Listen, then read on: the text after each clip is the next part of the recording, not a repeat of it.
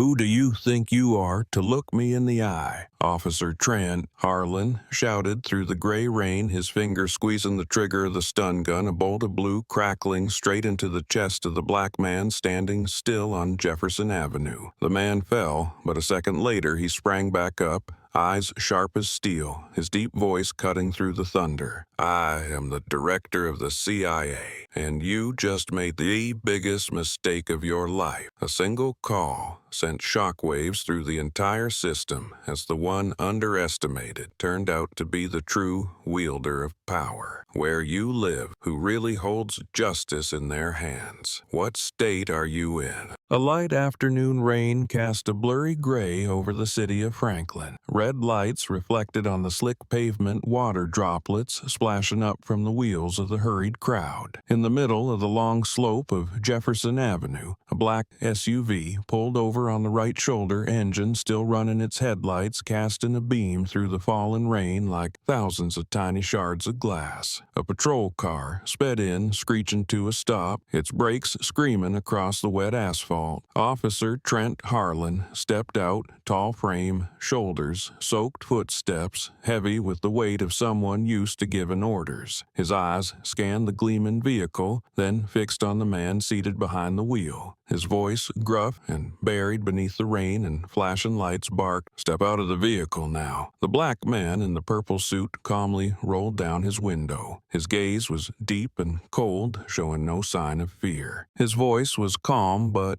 clear enough to cut through the wren. "Have I violated any law, officer?" Harlan inhaled sharply, annoyed by the man's composure. He squinted, trying to find a reason in the overly poised posture of the driver. "Nice car," he said, his voice slow, with the thin smile typical of men who believe their uniform grants them power. "But looking at you, I'd guess it's not yours." Malcolm Reed tilted his head, the smile barely touching his lips, his voice low and firm. "You just insulted both the law and your own intelligence." The words dropped into the damp air, blending with the rain like a thin but cutting blade. Harlan froze for a moment, but quickly recovered, raising his eyebrows as if he had just heard a joke. "Oh, my intelligence, I'm doing my job, and you just gave me more reason to doubt. Now step out." Malcolm didn't rush. He turned off the engine, placed both hands on the wheel, his gaze never leaving the officer's face. "I'll step out, but you'd better be sure what you're doing," Harlan responded with a dry laugh. "Oh, I know. I can smell something off just from the way you talk." He opened the rear door, checked the lights, bent to look at the license plate, then spoke loudly enough for a few passers-by to hear. "Luxury car. Black man in this neighborhood makes perfect sense for me to check." A few curious eyes turned his way, and a woman paused under her umbrella, watching the scene with unease. Malcolm stepped out. His black shoes soaked the purple coat standing out against the gray rain. He stood straight, arms relaxed, his voice low but steady. "I'll cooperate, but you should be careful how you judge people." Harlan stepped closer now, just an arm's length away. His look mixed suspicion and contempt. "Careful, I follow protocol. And I doubt you've got anything to prove you're clean." Malcolm opened his wallet, pulled out his driver's license along with another card, and handed them over without a word. Harlan snatched them, glanced quickly, then sneered. "Fake ID. We catch guys with these all the time." His voice rose just enough for passers-by to hear. A few people stopped, phones in hand. Malcolm took a deep breath, his gaze shifting from calm to ice cold. "I suggest you think carefully. Some mistakes can't be undone." Harlan shrugged, looked down at the card again, but his eyes stopped at the name,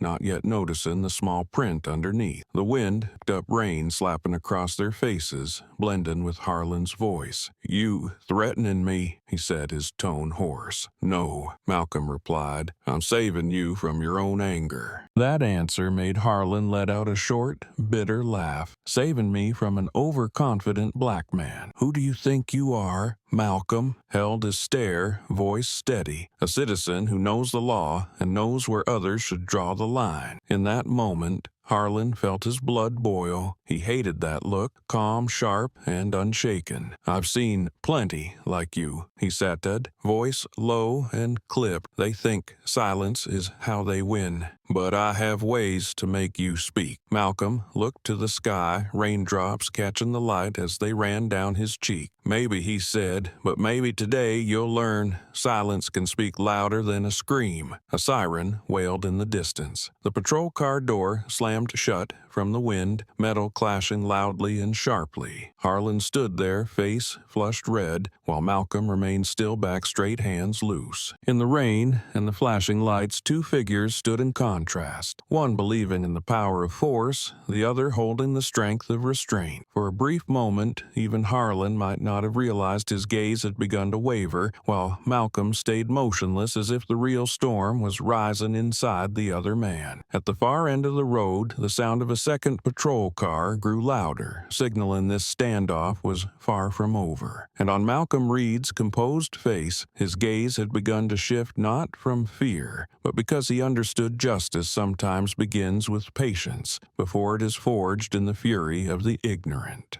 The rain had started to ease the street, still slick and gleaming, reflecting scattered lights from passing cars. Traffic had thinned, the air hung heavy like it held a charge, and in the haze of that misty street, Trent Harlan's voice rang out hoarse but firm, carrying the authority of someone convinced of his absolute right. "I have the right to inspect if I sense suspicion. And you're very suspicious." His words echoed through the slowly gathering crowd like a blade slicing the air. Malcolm stood tall, his gaze calm, but the smile was gone. He opened his wallet, pulled out his documents, held them in one hand, then extended them toward Harlan, his voice low and even. "Enough for you to see, not enough for you to exploit." Harlan took them, his eyes crawling slowly over each line. The card caught the light, highlighting a thin printed line at the bottom, but he didn't seem to care. He squinted, let out a mocking laugh as if watching a bad performance, fake papers. Black folks love flashing these around. A few people nearby stopped. A woman in a yellow coat tugged her child to move faster, but the kid kept glancing back, eyes wide with confusion. Malcolm looked at Harlan, his expression cool and patient stripped away. He spoke softly, voice not raised but carrying far. "I suggest you stop before your own words burn you down." A strong gust swept through, bringing the sharp scent of gasoline and vapor. Harlan tilted his head, his smile stretching into a warped line. "Burn me down. Sounds like a threat?" He dropped his voice, stepped closer, his breath laced with tobacco and practiced authority. "I've seen plenty like you. Confident face, clean clothes, but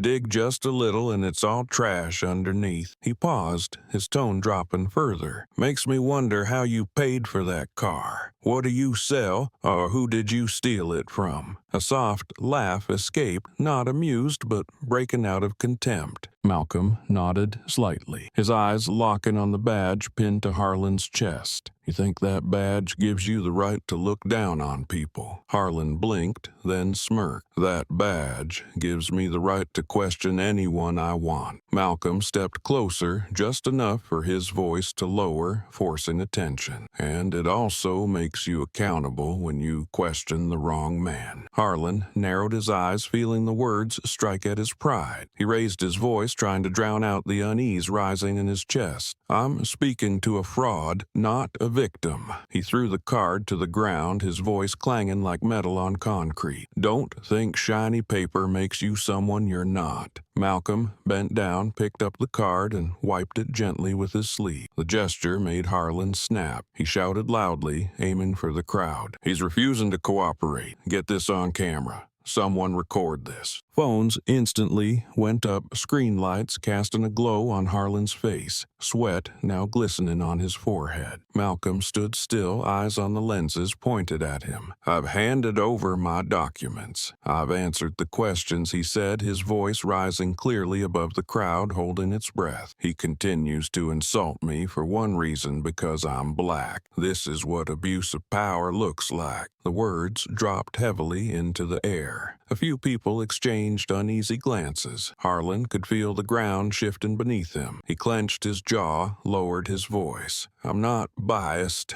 I'm just doing my job," Malcolm replied. "It's terrifying when someone says that while violating human rights." Harlan let out a dry laugh, but his eyes were starting to waver. "You know what's worst about people like you? You think you're respect, but really, everyone just sees you as a reminder of where they don't want to end up." Malcolm stayed silent, letting the words hang in the damp air, then replied, voice low and firm, "You just defined yourself." In that moment, no one in the crowd said a word. Rain tapped steadily on the car roof and a bird flew by with a hoarse chirp. Harlan inhaled sharply, pulled a flashlight from his belt and aimed it straight at Malcolm's face. The white glare made several people squint. "Open the trunk," he ordered. "I want to inspect everything." Malcolm looked at him, the light reflected in his eyes, calm but cold. "You don't have a search warrant?" Harlan gave a tight smile, his tone sharper. "I don't need one if the suspect acts suspicious." Malcolm glanced around, catching the faces, watching some recording, others simply still. "If you do this," he said softly, "remember that every move you make today will be recorded. And justice always finds the ones it's meant to see." Harlan snorted, speaking low through clenched teeth. "Justice. Around here, justice is me." Malcolm looked at him a moment longer, then said, his voice steady and low, "No, you're just its shadow." The words froze Harlan's face, his eyes shifting from anger to venom. "You'll regret saying that to me," Malcolm answered, voice cold as steel. "I only regret letting you speak this long."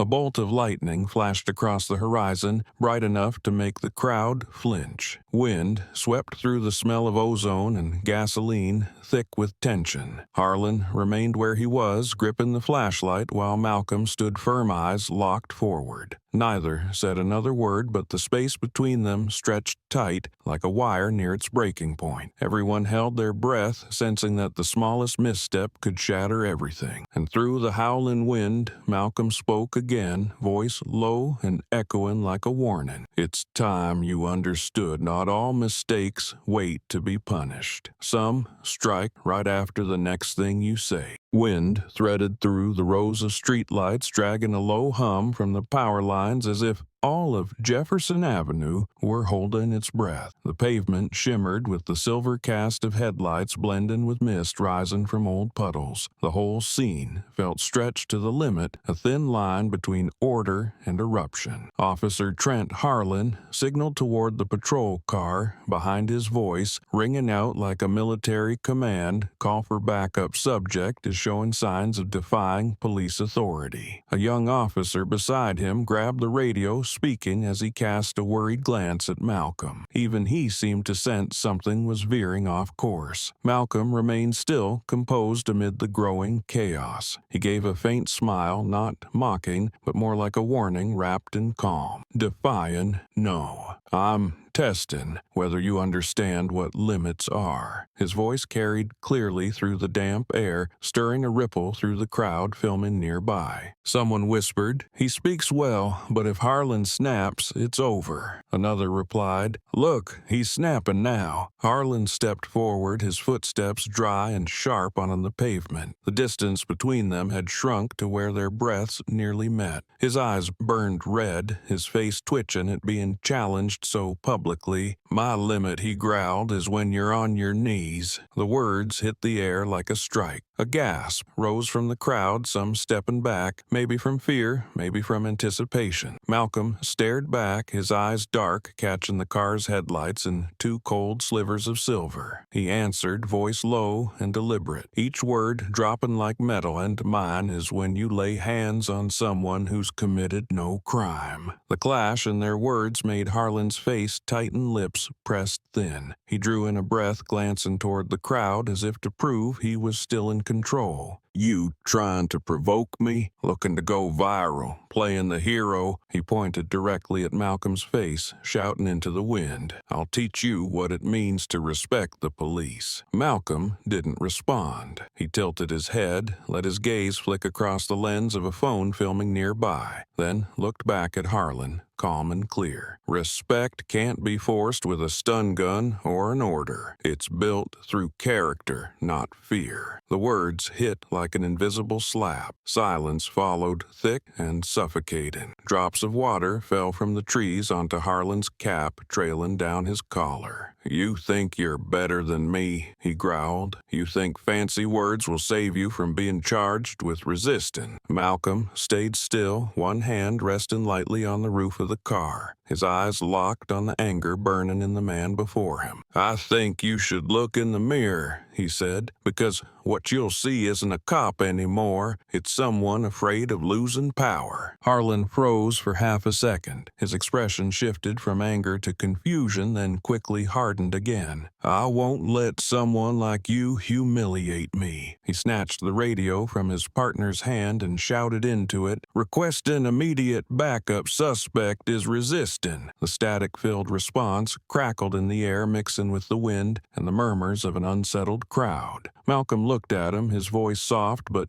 clear enough for everyone to hear. "You're cornering yourself, Harlan. I'm not here to fight you. I'm here so you can see what you're becoming." In that moment, something flickered in Harlan's eyes like a brief hesitation. But then, a distant siren wailed, reminding him he had gone too far to turn back. He stepped forward, hand resting on the grip of his stun gun. Breath quick, voice rough. "You'll regret insulting me in public." Malcolm breathed in quietly, his eyes lit in the dim rain. "I didn't insult you. I'm proving that unchecked power is just licensed violence." A bolt of lightning slashed across the sky, tearing through the thick black clouds, lighting up both their faces. Harlan raised his arm, finger brushing the trigger of the stun gun, his hand trembling slightly. The crowd stepped farther back, whispers rising. "Don't do it. He's lost it." Malcolm still didn't move, and his gaze held Harlan in place. "Harlan," he said slowly, voice steady, "you can pull that trigger, but remember, whatever you do today will follow you forever." The words pierced straight on through the thin wall of reason left in Harlan's mind. He lowered the weapon for a moment, then raised it again, his eyes locked in conflict. Just then, another patrol siren drew closer, red and blue lights sweeping over them. The scene, caught between the wind and the blinding flashes, looked like a frozen frame, a police officer wrestling with the shadow of his own power, and a man standing still, calmly waiting for justice to arrive in a way no one expected.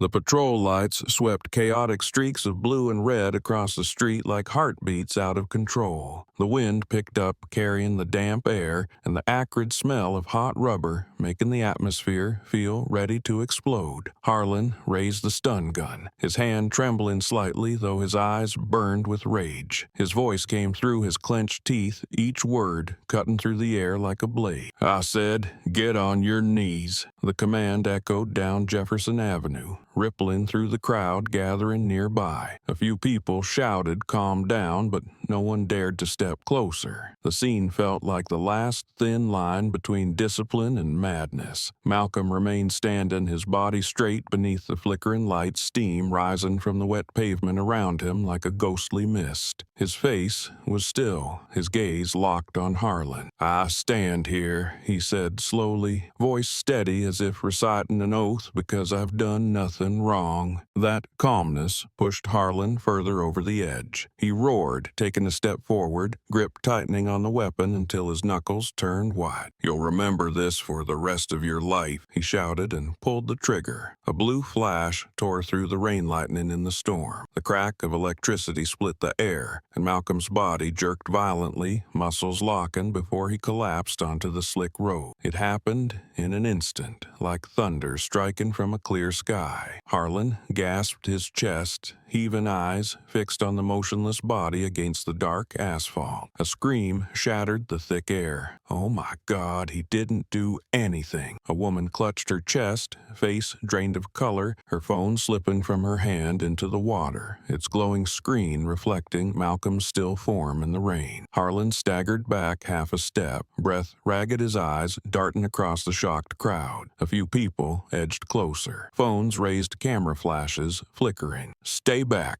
"Let me do my job," he shouted, but his voice shook now, stripped of authority. Under the flashing lights, his face was pale, his eyes wide with the panic he could no longer hide. Malcolm lay motionless, his purple suit darkened by rain, his arm twitching once before falling still. The downpour grew heavier, raindrops thudding against the asphalt. Harlan moved closer, stun gun still raised, his voice hoarse. "Can you hear me?" He crouched, hand reaching for Malcolm's shoulder. At that exact moment, another police siren wailed in the distance, blending with the crowd's rising shouts. Someone yelled, "Get back! He's gonna do it again!" Harlan spun toward the voice, his eyes flashing with anger, then turned back to Malcolm, hesitation flickering across his face. Wind whipped loose papers from somewhere, spinning them around the two men before scattering them away. Harlan crouched lower, muttering as if to himself, "You think you can stand up. You're not getting back up." But the moment the words left his mouth, something felt wrong. Rain pounded against his jacket, blending with the pounding of his own heartbeat, distorting every sound. Then, from the pavement came a sharp exhale. Malcolm moved very slowly, as if his whole body were fighting against the current still lingering from the jolt. His chest rose and fell, his eyes opened, and his first gaze landed straight on Harlan's face. Those eyes, dark and clear, made Harlan instinctively step back. Malcolm exhaled, his voice raspy but unmistakable. "You just made a mistake. You'll never wash off." A wave of murmurs spread through the crowd. A few people lowered their phones as if afraid of being drawn too deep into the moment. Harlan raised the stun gun higher, but his hands trembled, his eyes unfocused. "Don't come any closer," he shouted. "I'll fire again if you resist." Malcolm pressed his hands to the ground, slowly rising, his reflection split in the wet pavement. One solid, one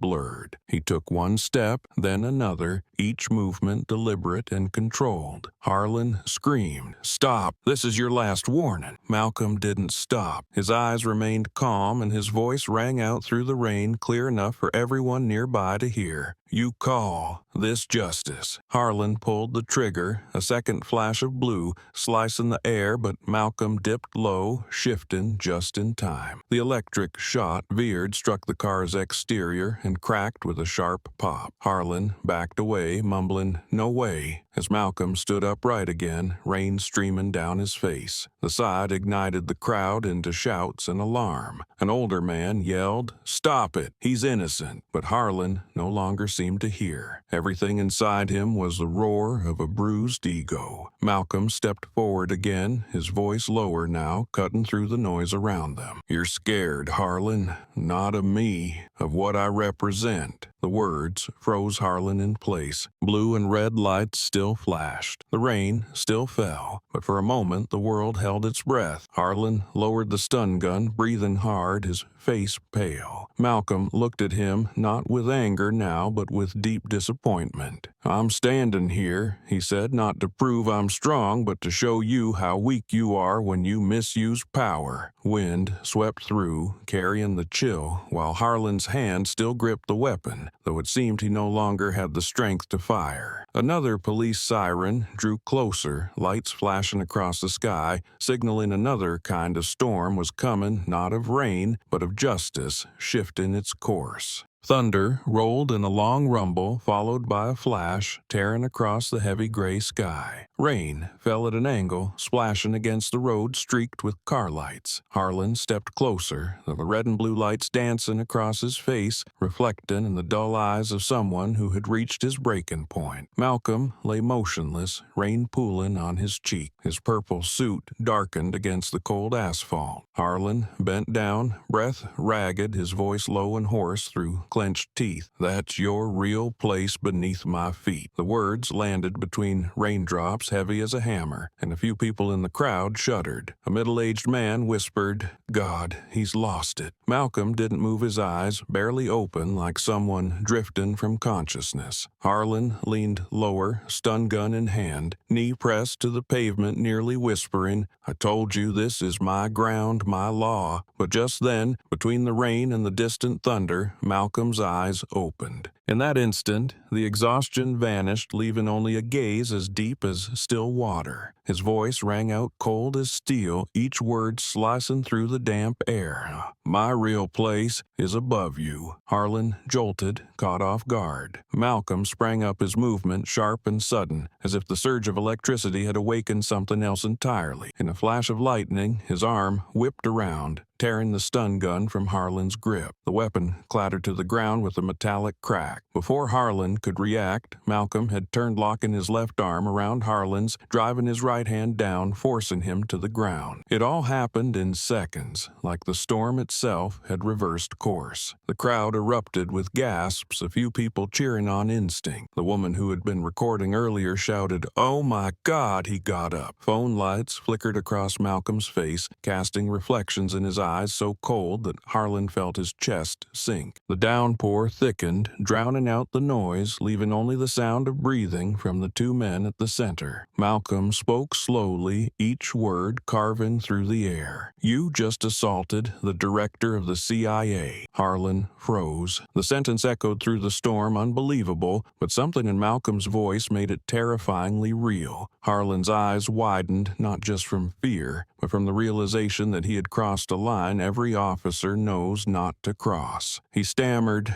"Director," what Malcolm didn't answer. He held the lock, steady eyes fixed on Harlan. Rain slid through his hair, down his cheek, over the faint smear of blood at his wrist, merging with the kind of silence that tightens around the throat. A few people in the crowd started whispering, "Who is he? He just said he's the director of the CIA." The murmurs spread faster than the rain. A young man held up his phone for a close-up, hands trembling as he muttered, "If that's true, this whole thing is going to blow up the country." Harlan tried to push himself up, but Malcolm lowered his body, holding him firmly with the strength of someone trained in real combat. "Don't," he said softly, his voice carrying no threat but paralyzing all the same. "You've already done enough to end your career." Another patrol car screeched to a stop, its siren echoing down the street. Two young officers jumped out, rushing over with weapons drawn, eyes wide at the scene before them. One shouted, "Let him go! Hands on your head!" Malcolm turned his head, still keeping Harlan on his knees, his voice calm but sharp. "Call in the federal team. I'm Malcolm Reed, director of the Central Intelligence Agency of the United States." Both officers froze. One slowly lowered his weapon, stunned, while the other looked to his partner and stammered, "Did he say CIA?" Malcolm gave a slight nod, his eyes never leaving Harlan, who was now trembling on the ground. Rain poured steadily, drowning out the static on the patrol car's radio. Harlan gasped for air, face pressed to the pavement, his voice broken. I didn't know I was just following procedure." Malcolm stood up, took a step back, still gripping the stun gun tightly. "No, you were following prejudice," he said, "and today that prejudice just ended your future." One of the young officers rushed to the radio, reporting to headquarters. "Code red, possible CIA-level involvement, need immediate ID confirmation." The voice on the other end came back panicked and chaotic. In the next moment, a bolt of lightning lit up the Franklin sky, revealing the scene in full, a black man in a soaked purple suit holding a stun gun standing in the rain. Before him, a white police officer on his knees, eyes filled with fear. No one spoke. The entire street seemed frozen. Harlan looked up at Malcolm, his voice choking. I didn't know who you were." Malcolm leaned down, speaking quietly, just loud enough for him to hear. "You don't need to know. You just need to understand that respect isn't something you're given. It's what you keep when you learn to see people, not skin." The words sank into the rain, passing through the eyes of everyone watching. One young officer lowered his weapon, stepped back, and murmured to his partner, "God, we just witnessed history." And at the center of the storm, Malcolm Reed stood tall, his face calm, while Harlan, the man who thought he held power, now bowed his head in the cold rain, realizing what had collapsed wasn't his authority but the illusion that power could replace principle. The rain that night faded as dawn rose, but its echo didn't leave the city of Franklin. Faint light from windows reflected on the still wet streets, and somewhere in a small apartment just a few blocks from Jefferson Avenue, a college senior sat in front of his computer screen. His name was Jaden, the one who had accidentally captured the entire confrontation between Malcolm Reed and Officer Harlan with the trembling phone in his hand. When the video ended, Jaden stared at the final frame, Malcolm standing in the rain holding the stun gun, the white officer kneeling before him, eyes filled with fear. Jaden's heart pounded, then he clicked upload. Within minutes, the 54-second clip titled "Police Attacks Black Man and Instantly Pays the Price" spread like wildfire. The social media algorithm ignited share after share. The first comment popped up, "Is he really the CIA director?" Another account replied, "Instant karma, faster than the law itself." Thousands of shares flooded in through the night, emojis flying across the screen. Within 1 hour, the clip had passed 1 million views. At a small cafe, two young people stared at a phone. One said, "Unbelievable." He stayed that calm even after being tasered. The other nodded. "That's real power, the kind that makes abusers kneel." The story swept across forums, from students to politicians, from the once silent to those who once defended police violence. But media storms are never one-sided. Just hours later, far-right channels appeared with twisted headlines, "Black Man Attacks Cop After Lawful Stop." The footage was edited, showing only the part where Malcolm countered and restrained Harlan, cutting out the beginning where he was tasered. One sneering comment read, "This is why we need tougher laws. They're dangerous even in suits." Those words triggered another wave of outrage, this time from people exhausted by justice being distorted. Malcolm stayed silent. He remained at the CIA's temporary office in Franklin, sitting by a window watching thin rain cling to the glass. His phone screen kept lighting up with messages. "Sir, the video went viral. We need an official statement. White House asking for verification." He silenced the notifications, took a deep breath, and told the assistant beside him, "Let the truth spread. It doesn't need protection, just no cover-up." Meanwhile, the media split into two camps. One praised a historic moment where justice stood tall. The other called it a system collapse. Political commentators argued across networks, and federal law experts were brought onto television. One said, "This shows the imbalance between police authority and moral responsibility." Another countered, "No one has the right to attack a police officer, no matter who they are." In the endless stream of comments one post made,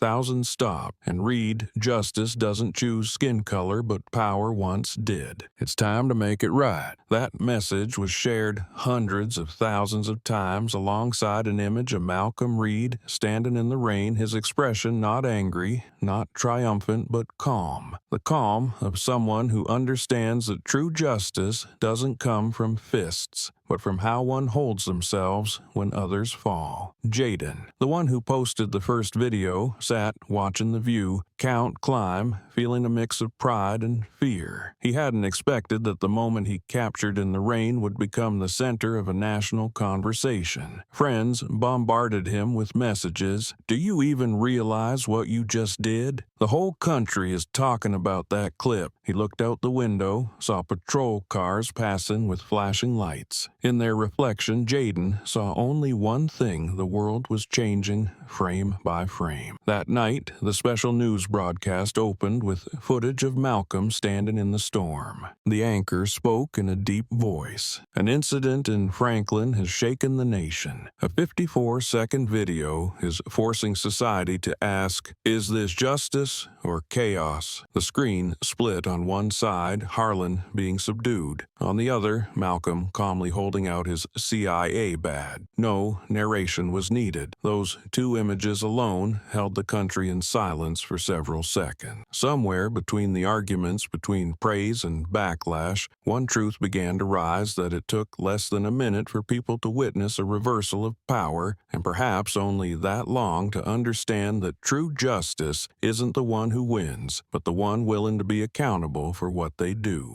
The next afternoon, Franklin was bathed in a dusty, muted sunlight. The atmosphere was no longer calm, with news vans lining the streets around the city police headquarters. Franklin News aired a special report, its spinning logo set against urgent background music. The anchor opened with a grave tone. The incident between Officer Trent Harlan and the man confirmed to be CIA Director Malcolm Reed has sent shockwaves across the nation. On screen were two parallel images. Malcolm, calm in the rain, Harlan, with a weary face, eyes cast down, his weakness amplified by the camera angle. Public opinion was splitting, and Franklin News wasted no time fanning the flames. Harlan was brought into the studio, his uniform replaced with a white shirt, a small bandage still wrapped around his wrist. Studio lights beamed down on his face, sweat glistening as if he himself didn't quite believe the role he was trying to play. The anchor asked with a sympathetic tone, "Officer Harlan, can you tell us what happened?" Harlan sighed, bowed his head, and spoke in a trembling voice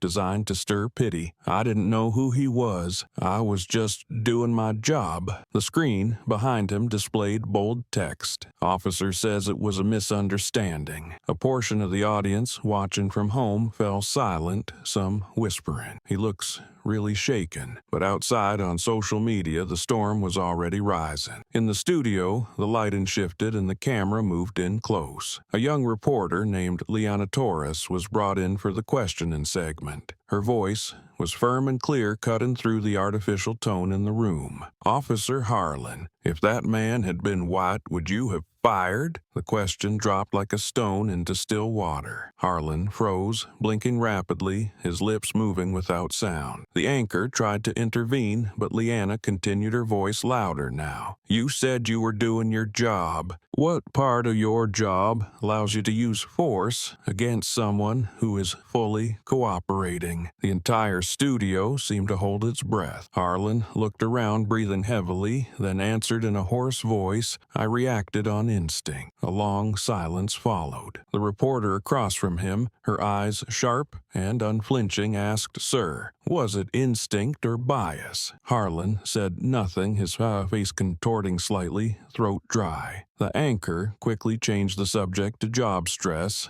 and occupational hazards, trying to salvage the crumbling image of a police officer unraveling on live television. But viewers had seen enough. Harlan hadn't been forced to answer. He had been consumed by the truth. On social media, millions of comments flooded beneath the interview video. He called that instinct, the kind that targets black people first. He's only sorry because he got caught, not because it was wrong. I want to hear Malcolm speak. The outrage spread everywhere, turning the incident into a national flashpoint. Some politicians spoke up, others stayed silent, but the name Malcolm Reed covered every headline. Meanwhile, Malcolm remained completely silent. He declined all interviews, made no public appearances, and issued no press statements. His team received hundreds of verification requests, but gave only one response: no comment. That silence frustrated the media, but to the public it carried enormous weight, because people began to realize when someone like Malcolm Reed has nothing to say, it means he's letting the world look at itself. A TV reporter stood outside CIA headquarters and reported Director Malcolm Reed has made no statement since the incident. However, internal sources confirm he is continuing to work as usual at the Franklin office. That sentence spread quickly, sparking even more curiosity. Many began to wonder, was his silence contempt or a warning? A media expert commented on air, "Mr. Reed is making the entire nation listen by not speaking, and that's the kind of power no loud voice can possess." That night, another video was shared, clipped from Harlan's interview, freezing at the exact moment he said, "I reacted on instinct." Below it, bold white text read, "When instinct becomes a weapon of bias." In a single night, the clip reached 10 million views. The wave of outrage surged, and peaceful protests began forming around Franklin, with people carrying signs that read, Justice doesn't need permission. In a quiet room at the federal office, Malcolm stood by the window looking out at the lit-up street. The glow from protest signs reflected on the glass, casting his shadow in two halves, one in light, one in darkness. His assistant approached and asked softly, "Would you like to make a statement?" Malcolm looked out, his voice low but firm. "No, let silence do its work." Outside, thunder rumbled again like the sky's answer to a nation beginning to face itself. On Monday morning, the Franklin Police Headquarters turned into a hornet's nest. Media vehicles flashed their lights nonstop at the gate, reporters packed in tight, cameras panning in every direction. The main doors slammed shut repeatedly, each time opening to a tense officer passing through. Voices ringing phones and street sirens merged into a chaotic hum that filled the space. In the second-floor conference room, the air felt thick like rain about to fall. A document had just been placed on the table, stamped in bold red by the Department of Justice. Investigate the entire Jefferson Patrol Unit, including Officer Trent Harlan and all related personnel. One line, but it dropped the room into silence, cold as stone. The Franklin police chief, a gray-haired man with sleepless eyes, held the document, his voice hoarse with anger. "You just turned this whole department into a national joke." The words cracked like a whip. Harlan sat across from him, shirt wrinkled, face drawn, eyes tired but defiant. He slammed his hand on the table, scattering papers. "I didn't do anything wrong. I followed protocol." The outburst echoed awkwardly through the crowded room. A young officer by the door turned away, avoiding his superior's stare, while the chief clenched both fists, trying to hold back his fury. "What protocol?" he said, voice heavy. "What protocol allows you to pull the trigger on someone who had their hands raised?" Harlan stared back, neck tense. "I didn't know who he was. He just stood there, staring at me like a challenge. My instincts told me it was a threat, so I acted." The chief slammed his hand on the table, knocking over a cup of coffee, dark liquid spreading across the wood. "Your instincts," he growled, "have the whole country questioning what you represent. This isn't just an incident anymore, Harlan. This is a trust crisis." The room went so quiet you could hear the second hand ticking on the wall clock. Another officer spoke up, voice shaky. "Media's demanding an official statement, sir." The chief looked up, his eyes worn. "No statements. From now on, all communication goes through the Department of Justice." Out in the hallway, dozens of reporters pressed against the glass wall mics, raised shouting, "Officer Harlan, do you regret it? Did you know he was the CIA director? Will you apologize publicly?" Harlan stepped out, head lowered, walking quickly with two officers beside him. Camera flashes burst nonstop, lighting up his face. For a split second, he caught his reflection in the glass, a pale face, eyes unsteady. He tried to hold his posture, but his trembling steps revealed everything. On the other side of the country, hundreds of miles from Franklin, a gray, imposing building in Washington, D.C., remained lit in the early morning hours. Malcolm Reed sat in the top-floor office of the CIA, facing three screens, all broadcasting the same live report.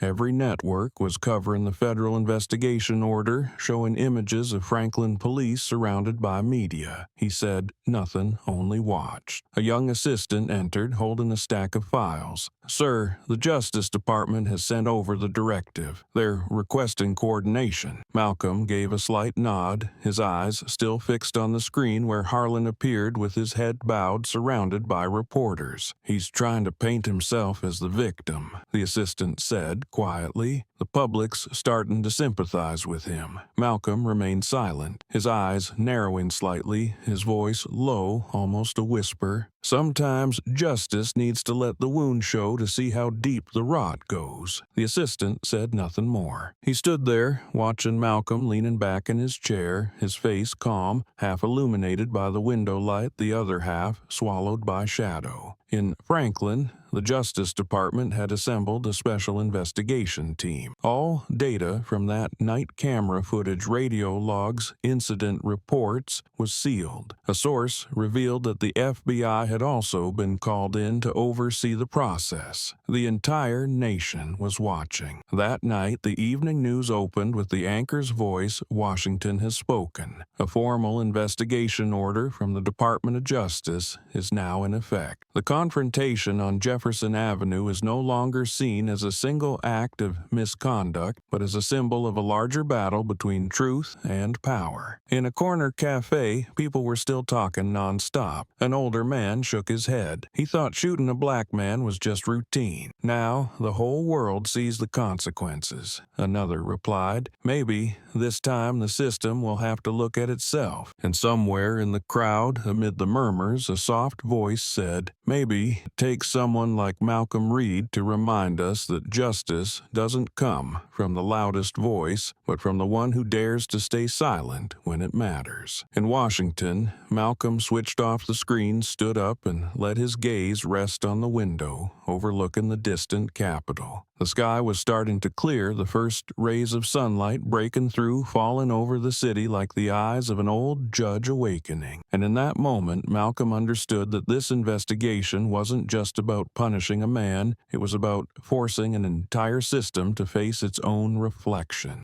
That weekend, Franklin was no longer a quiet city. From early morning, thousands poured into the downtown streets carrying signs and slogans. The sound of drums, chants, and footsteps echoed through every block, merging into a rhythm of fury. Police were deployed to control the crowd, but this time, people weren't afraid. They raised their phones, live-streamed from every corner, and across screens a hashtag flooded every platform, #Justice for Malcolm. A short phrase, but one that carried the storm of a nation exhausted by injustice. From Franklin, the wave spread to New York, Chicago, and all the way to Washington, where tens of thousands stood before the Capitol, silent for 1 minute to remember the moment Malcolm was tasered. The media called it the March of Awakening. Every frame glowed with the color purple, Malcolm Reed's symbol, the shade of power and calm amid chaos. In Franklin, people held candles, their flickering lights trembling in the wind,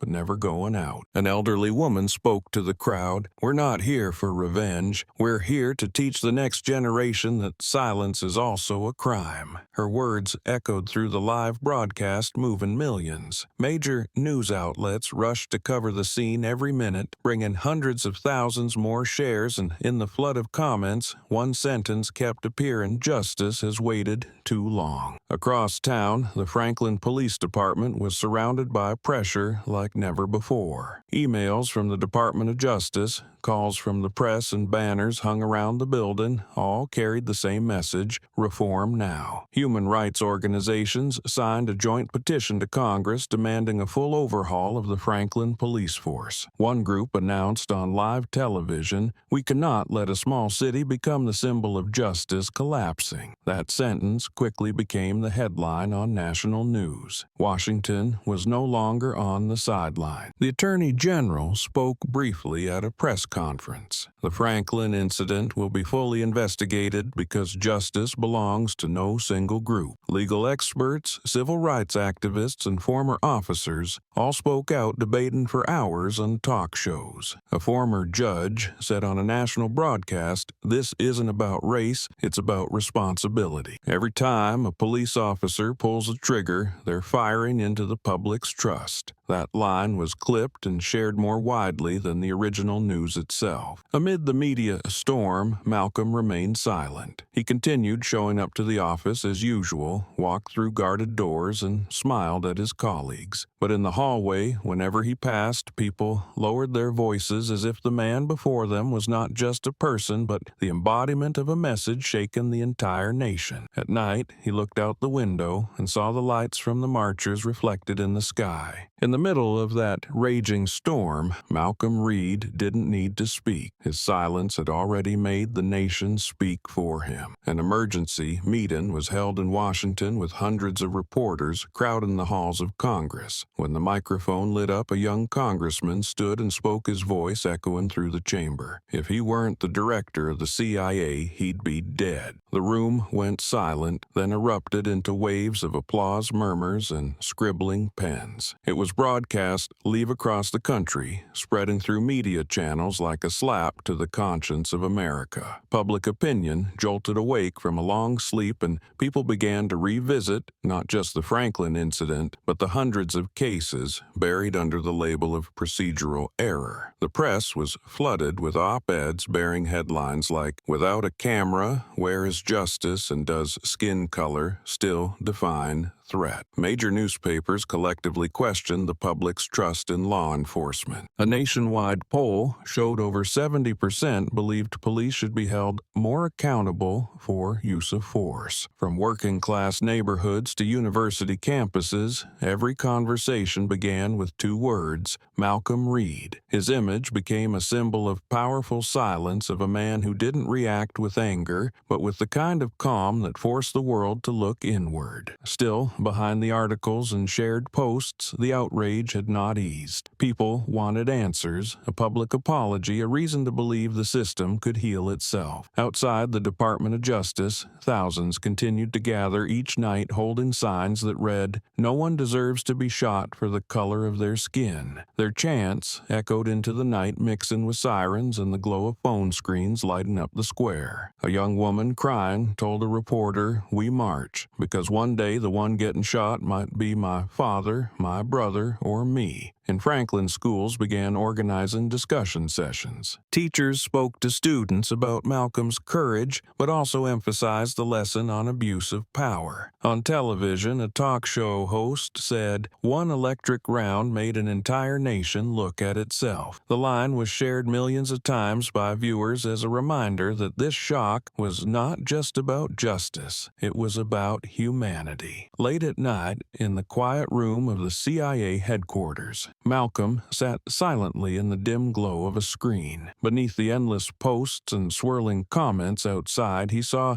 a growing awakening, but also a void where justice still had no clear shape. He reminded himself that change would not come from chance, but from the actions of those willing to face the truth. 1 week later, the entire nation held its breath as the national television network announced a live talk show featuring a single guest, Malcolm Reed. Before the broadcast, every local channel paused, regular programming cafes turned on big screens, and millions sat silently in front of their TVs. Inside the studio, white lights spread evenly over the round table, where the host and Malcolm sat face to face. He wore a gray suit, no badge, his expression calm, but his eyes bright as if holding a storm waiting to be named. The air grew still as the host began with a slow voice, "Mr. Reed, why didn't you sue and choose instead to speak?" Malcolm bowed his head slightly, his hands clasped, eyes fixed on the audience beyond the lens. "Because I don't need to win in court," he said, voice low and steady. "I need them to lose within themselves." The studio went silent. Even the soft whir of the cameras seemed to stop. The host paused, then asked, "You mean justice doesn't need a verdict?" Malcolm gave a faint smile, one mixed with fatigue and conviction. "Justice is something people must see, not something written on a report. If I win in court, it's retaliation. But if society understands why it must never happen again, that's a real victory." His words rang like a bell in the minds of viewers.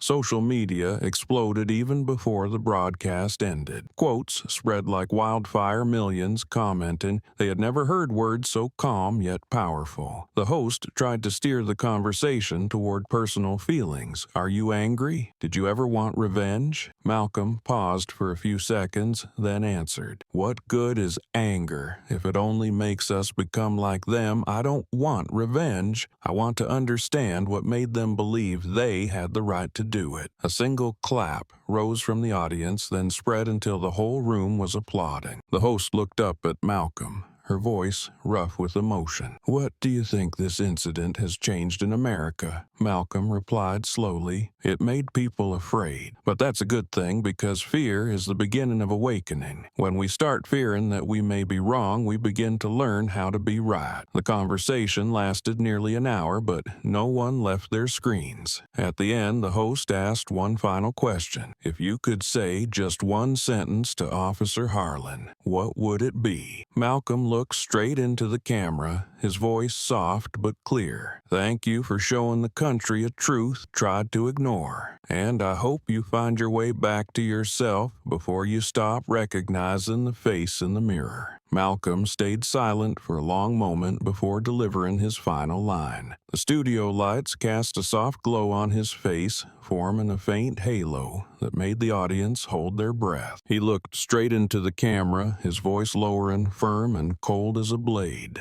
"That officer feared me not because I threatened him, but because he feared a black man with power." The words landed softly like a breath, but their echo rippled across America in seconds. The studio fell dead silent. The host bowed her head, and the audience didn't dare move. The air felt thick, as if all sound had been pulled from the room. Immediately after the broadcast, national television paused its schedule to replay that clip. Every word from Malcolm became a firestorm across all platforms, from Facebook and Twitter to the top political broadcasts. Major media outlets ran nearly identical headlines, the sentence that made a nation look in the mirror. Within hours, millions of posts quoted his word. One wrote, "He didn't yell, didn't attack, but that line was a bullet straight to America's heart." Another added, "This isn't just about Franklin. It's about the fear that's quietly lived in every city. The fear of seeing a person of color in a position above you." In Franklin, those who had witnessed the incident stood before TV screens in a small cafe. Harlan watched too, his hands trembling on the table, his gaze lost as he heard the words again. In the quiet room, nothing was louder than his own heartbeat. That was the moment Harlan understood the real fear wasn't the taser, it was being forced to face the humanity of someone he once dismissed. A superior officer beside him sighed. "Sometimes justice doesn't need a jury, it just needs one sentence said at the right time." In Washington, a group of lawmakers sat watching the statement in a closed hearing room. An elderly man whispered, "That was the confession of an entire system spoken by the one it harmed." No one responded. Only the slow, heavy tapping of a pen on the table broke the silence. On news networks, political analysts debated late into the night. One said, "That line wasn't just about racism. It was about the essence of power, how it makes people afraid when it shifts into hands they once saw as powerless." Outside, millions flooded the streets under a new slogan, "Stop Fearing Our Strength." Handwritten signs and shirts reading, "A black man with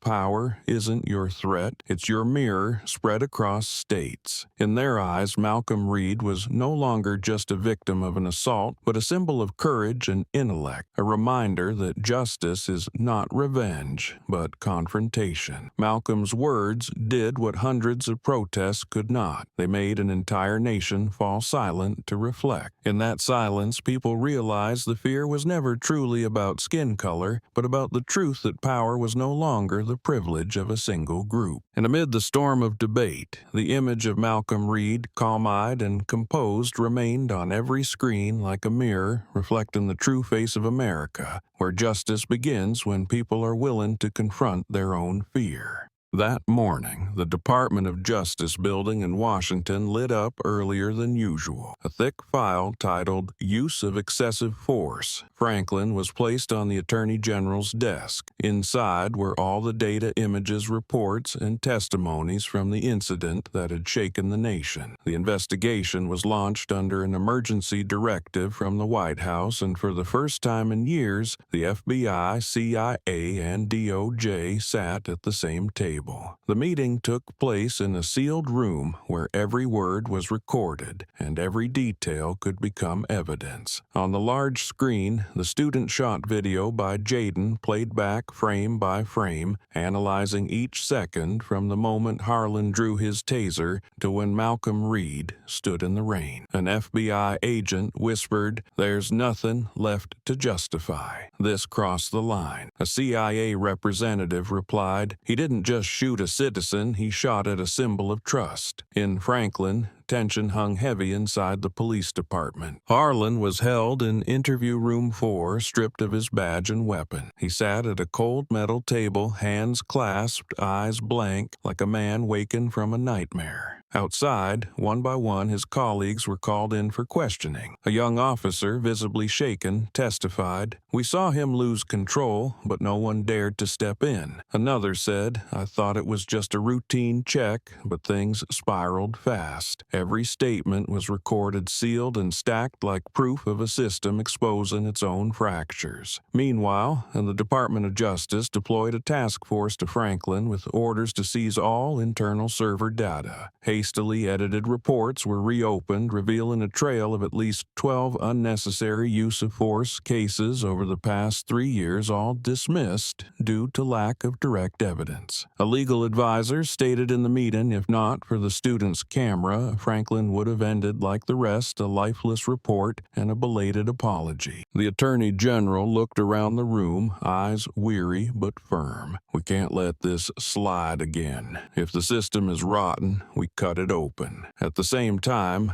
Malcolm Reed received an invitation to meet with the investigative committee. The meeting took place at the federal office, where he walked into a white room with 3 officials representing the agencies waiting. No greetings were exchanged, no small talk offered. Malcolm said only one thing before the session began: "I didn't come here for revenge. I came to prove that truth deserves protection, like any human being." His words silenced the room, and the session proceeded in absolute quiet, broken only by scribbling pens and the steady hum of a recording device. That afternoon, the media reported FBI officially detains Officer Trent Harlan on charges of severe procedural misconduct. The image of him being escorted out of the building in a light rain quickly became the center of attention. No one cheered and no one gloated. People simply watched silently, as if witnessing a piece of the past being pulled from the shadows. In Washington, Malcolm Reed received a copy of the preliminary report. He scanned a few lines, then folded it shut. Outside the window, the sun was shining. He spoke softly to himself, as if reaffirming something: justice begins when the truth rewrites itself by its own hand. One day after the federal investigation began, the Department of Justice released the first interrogation transcript. The statements quoted were no longer dry words, but fragments of a truth everyone knew, yet few dared to speak. In it, a young officer testified Harlan always said, "When they're scared, they behave better." That sentence appeared among dozens of pages, like a blade slicing through the honor of the entire police force. It spread outside within hours, cited across news reports, becoming living proof of a mindset deeply rooted in the structure of power. Those who once worked with Harlan began to fall silent. Some avoided the press, others tried to deny, but the truth was already too clear. That sentence did not belong to one man alone. It reflected a distorted belief that had existed for decades. Sociologists appeared on analysis shows explaining that fear had once been seen as a tool of control, but now it was the very thing causing the system's collapse. A professor said, "When you govern through fear, you lose the right to be respected." In online articles, the people of Franklin recalled the image of Malcolm Reed fallen after being hit by the taser and compared it to that testimony. They understood that his silence that day was not weakness, but a response to those who had grown used to commanding through threat. One headline in the papers read in bold, "Justice is not born from fear." At the same time, the Attorney General appeared at a nationally televised press conference. Before hundreds of reporters, she stood tall, her voice ringing clearly through the microphone. each word carefully chosen. Justice has no color. That sentence brought the entire room to silence for a few seconds before the flash of cameras erupted. She continued, all people are equal under the law. If this system makes one group feel more afraid than another, then it is no longer justice, it is control. Her statement was replayed throughout the night, becoming one of those rare moments when people felt something real, not a promise, but an acknowledgement of failure. Malcolm watched the press conference from his office in Washington. The light from the screen cast a glow across his face, reflecting in his eyes as quiet and deep as an old well. He didn't smile, nor did he look proud. His assistant beside him whispered, "Sir, you made them say what no one else dared to." Malcolm looked out the window where the American flag waved in the wind, and his voice dropped low. "I didn't make them speak. I made them listen." A pause settled, then he stood up, folded the report on his desk, and his gaze drifted toward Franklin, where the fight was no longer between one man and one officer, but between two ideas, fear and justice. And in that place, the truth had begun to speak, not through weapons, but through confessions that could no longer be denied.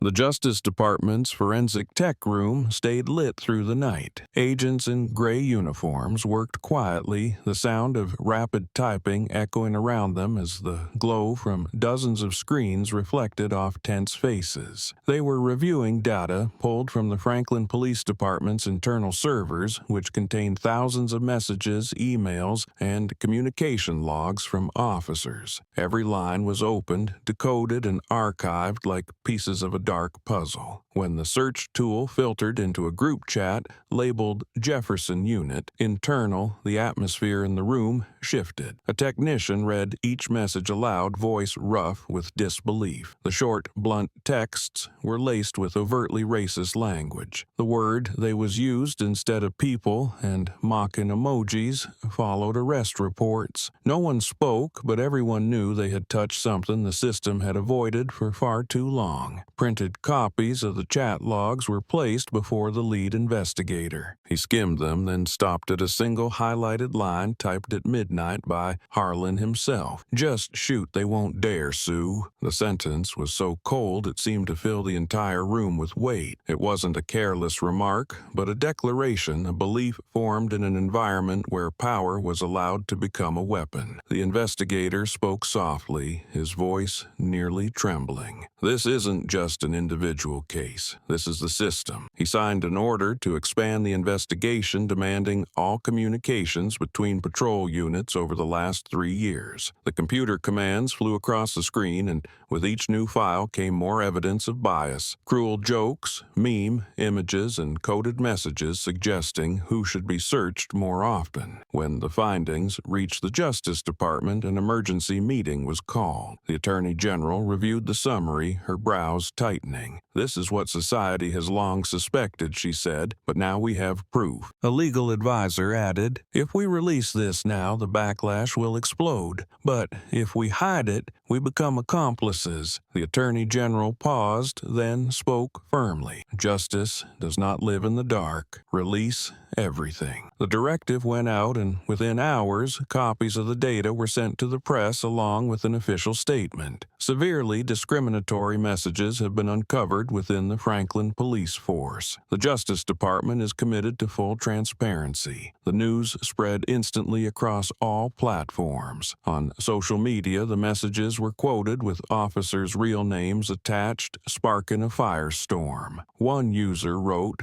"They call that protect and order. This is how they hold power through fear." A veteran journalist said on live TV, "The phrase, 'just shoot, they won't dare sue,' will go down in history as a collective confession." In Franklin, officers were suspended, their nameplates removed from walls, and parts of the station were sealed off for internal review. In Washington, Malcolm Reed received the first report containing the new evidence. He read each line, slowly stopping at Harlan's quote, then quietly repeated it almost in a whisper, "Just shoot, they won't dare sue." A faint, sorrowful smile passed across his face as his eyes turned toward the window where light rain was falling. He said to his assistant, insistent as strange how justice sometimes doesn't need to be searched for. It walks out of the mouth of the one who broke it. And outside, the sound of rain seemed to blend with the applause of those waiting for the full truth to be revealed. The press exploded the next morning with major newspapers from New York to Los Angeles running the same headline on their front pages, "The Stain of Franklin." The phrase quickly became a symbol of a media earthquake, a label no one wanted, but none could deny. Political commentators called it the most severe scandal in the history of the state's law enforcement,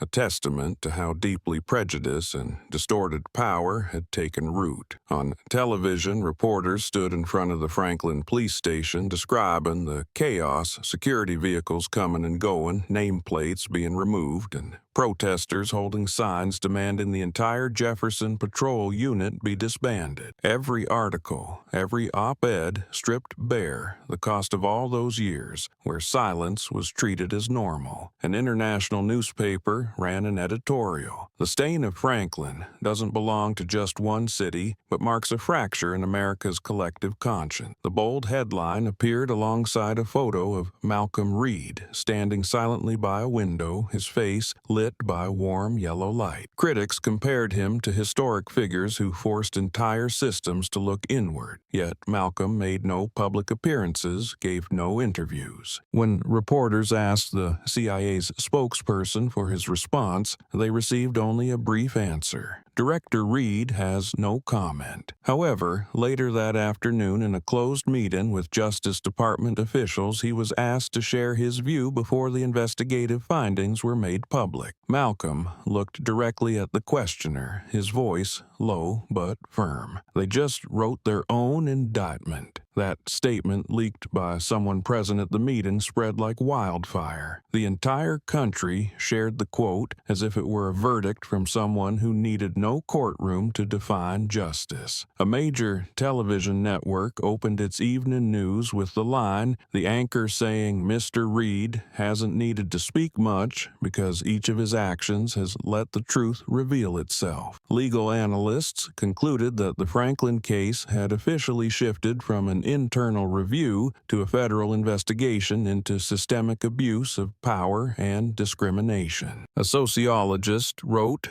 "When people believe they're entitled to use someone else's fear as a tool, they've already signed their own sentence." On online forums, thousands of people shared the same photo, an image of Malcolm Reed standing in the rain during the night of the violence. Beneath the picture was a caption someone had added, "Justice doesn't come from those who raise their weapons, but from the one who dares to stand still." Those posters were printed and placed throughout Franklin's neighborhoods, hung on school walls, and even inside government buildings. By then, no one saw Malcolm as a victim anymore, but as the symbol of a national reckoning. And while the media continued to invoke the stain of Franklin as a reminder, people understood. It was Malcolm's silence and cold, unwavering words that had forced the entire country to look in the mirror and ask, is justice still clean enough to reflect us all? The Franklin District Courtroom was packed. Hundreds of reporters squeezed into a space thick with the scent of paper and camera light. Outside, thousands stood under the sun, holding signs that read, "Justice for All," and millions of viewers followed the live broadcast across the United States. The large doors swung open, and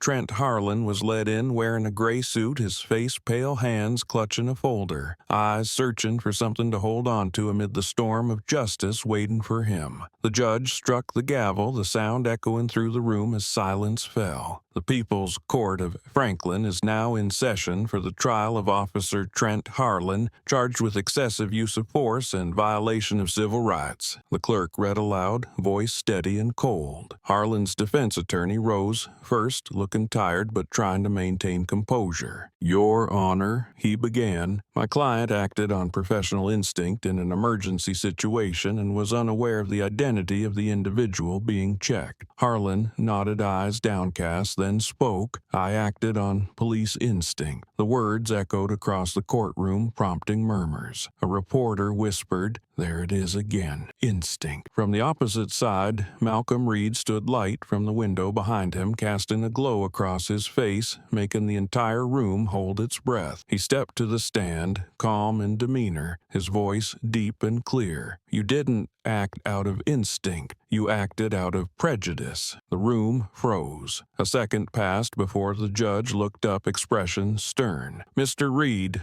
please clarify." Malcolm looked straight at Harlan, his gaze firm but not angry. "Instinct is when you protect your own life. Prejudice is when you see someone as a threat simply because of their skin color. That night, I wasn't armed. I didn't resist, but you still pulled the trigger. That wasn't a professional reflex. That was fear fed by power." His voice wasn't loud, but each word landed on the cold tile floor, heavy and deep. Harlan lowered his head, face tense, hands trembling as he gripped the papers on the table. His lawyer interrupted Mr. Reed. "We understand your emotions, but my client had no racial intent." Malcolm turned toward the attorney, then calmly back. "You don't need intent to cause harm. The danger of prejudice is that people don't realize they're causing it." A ripple of murmurs rose, cameras shifted to capture the moment, sweat broke across Harlan's shadowed face. The judge signaled for silence. He looked at Malcolm, then spoke slowly. "Mr. Reed, is there anything else you wish the court to acknowledge?"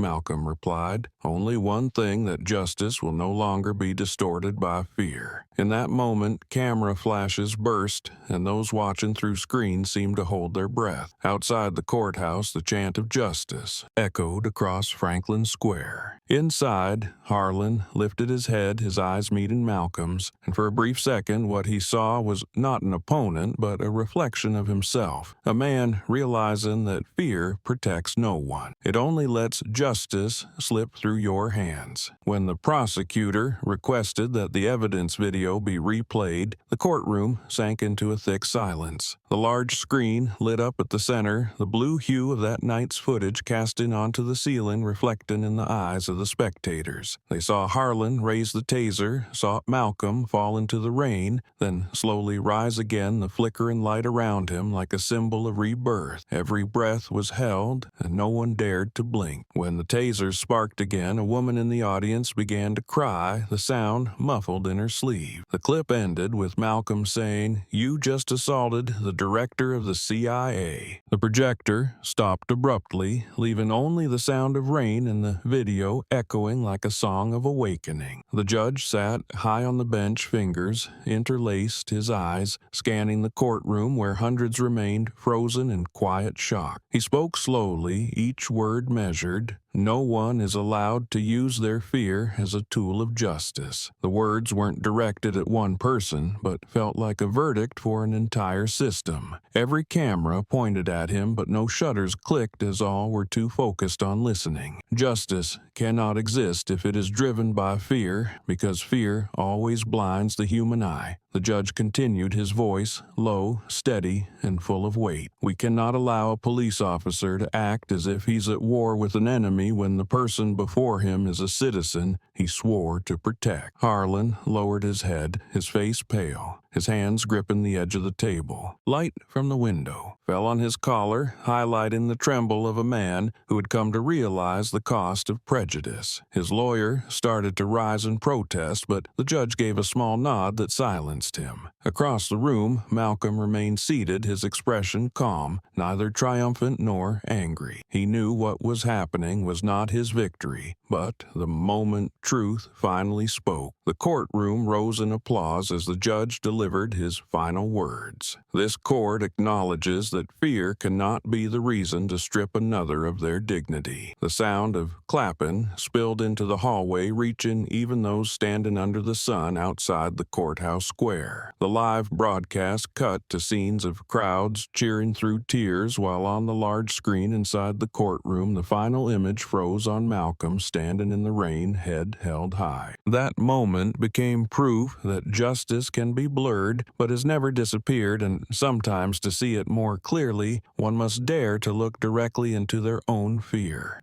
Inside the Franklin Detention Center, the afternoon settled into a dull yellow hue. stray sunlight filtering through cold metal bars. In the small cell, Harlan sat at a metal table, a crumpled sheet of white paper before him. The pen trembled in his hand as he stared at it for a long time, as if unsure where to begin. After minutes of silence, Harlan leaned down, his handwriting firm but shaky as he wrote the first lines. I feared them because I didn't understand them. The opening sentence was brief, but enough to make him pause, staring into the void ahead where weak light touched the cement floor. Each line that followed became a struggle between guilt and realization, between the arrogance he once held and the humanity slowly surfacing. He wrote about the years on the force where stories of threats were passed around like common knowledge. He described the fear when entering black neighborhoods, how men in suits made him feel threatened not by action, but by the confidence in their eyes. I thought their calm was defiance because I didn't understand it was dignity. He wrote the letters slanting under tears. The final lines of the letter were an apology to the families and people he had harmed. If my child ever reads this, someday teach them not to fear what they don't understand, because fear made me blind in broad daylight. The next day, the letter was sent out stamped with the detention center's seal. One copy went to his lawyer, who forwarded it to the Department of Justice for record keeping. But another, handwritten and intact, was sent to an unnamed address, Malcolm Reed, Washington, D.C. When the letter landed on Malcolm's desk, rain was falling. He opened the envelope, reading each line slowly, his eyes lingering on the first sentence. He read it over and over. I feared them because I didn't understand them then. Placed the letter down, his hands clasped together, sitting in silence for a long time. Rain tapped steadily against the window pane, the room filled only with the sound of a man deep in thought. His assistant entered, saw him sitting quietly, and asked softly, "Would you like me to file it, sir?" Malcolm didn't look up, only replied, "No, keep it here where people still know how to feel shame." He placed the envelope back into a drawer, his gaze distant. In that moment, hatred faded, leaving only the heavy weight of compassion. That letter was never made public, but Harlan's confession spread in its own way through those who believed that justice was not about destroying the guilty, but helping them face the darkness within themselves. And in Franklin, it still rained like that first day, but this time the rain no longer felt cold. It carried the warmth of awakening. Malcolm sat in silence for a long time after finishing the letter, the yellow desk lamp casting light onto the rain-dampened paper, making the words blur as if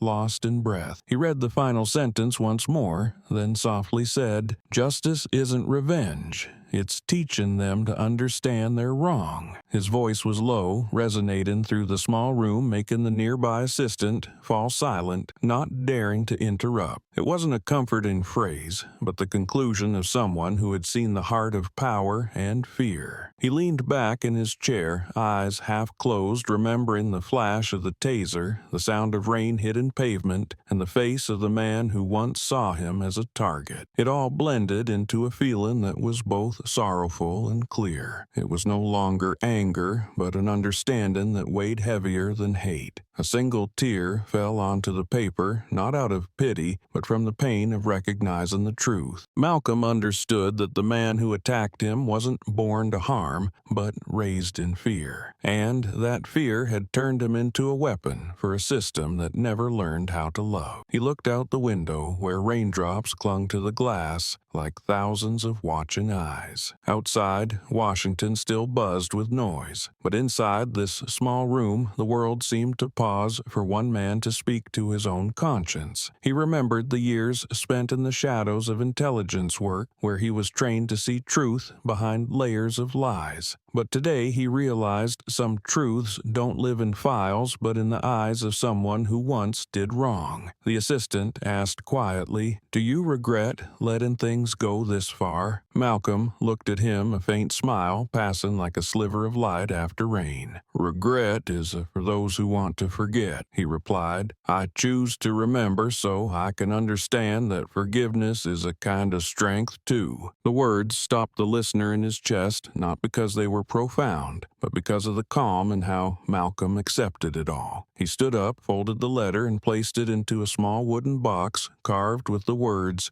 "Justice begins when fear ends." His hand paused for a moment, then closed the lid, his gaze deep and still, like water after a storm. Night fell, the sound of rain blending with the ticking of a clock. Malcolm sat alone, his mind echoing his own words like a message to the future. Justice isn't revenge, it's teaching them to understand their wrong. He understood that the most painful truth didn't lie in cruel actions, but in the belief that one was right. And when that tear had fallen, it didn't signal weakness, but stood as proof of something else sometimes. Compassion is stronger than any verdict. In that moment, Malcolm Reed, the man once struck down in the street, was no longer a victim, but a living testament that justice only truly exists when people learn how to forgive after fully understanding fear. The morning at the Virginia State Court unfolded under tension as tight as a wire. Outside, hundreds gathered with signs reading, "No justice, no peace, and equality is not optional." Inside, the state's largest courtroom blazed under dozens of media lenses. The judge sat at the highest bench, his voice slow and deep. "Trent Harlan, you're sentenced to 12 years in prison for an assault with racial bias along with permanent disqualification from public service." The sound of the gavel echoed firm and final, like a sharp blow closing the darkest chapter in Franklin's history. The courtroom fell silent, broken only by the rustle of paper and restrained breaths. Harlan stood motionless, face pale, eyes lowered like a man finally seeing the depth of the pit he had dug for years. Light from the window cut across his face, highlighting the weariness in his eyes. Gone was the arrogance, gone was the polished badge on his chest, leaving only a man stripped bare by the weight of his own action. He swallowed, hard lips trembling as the judge continued with the supplementary ruling. The court acknowledges the defendant's expression of remorse and letter of apology, but affirms that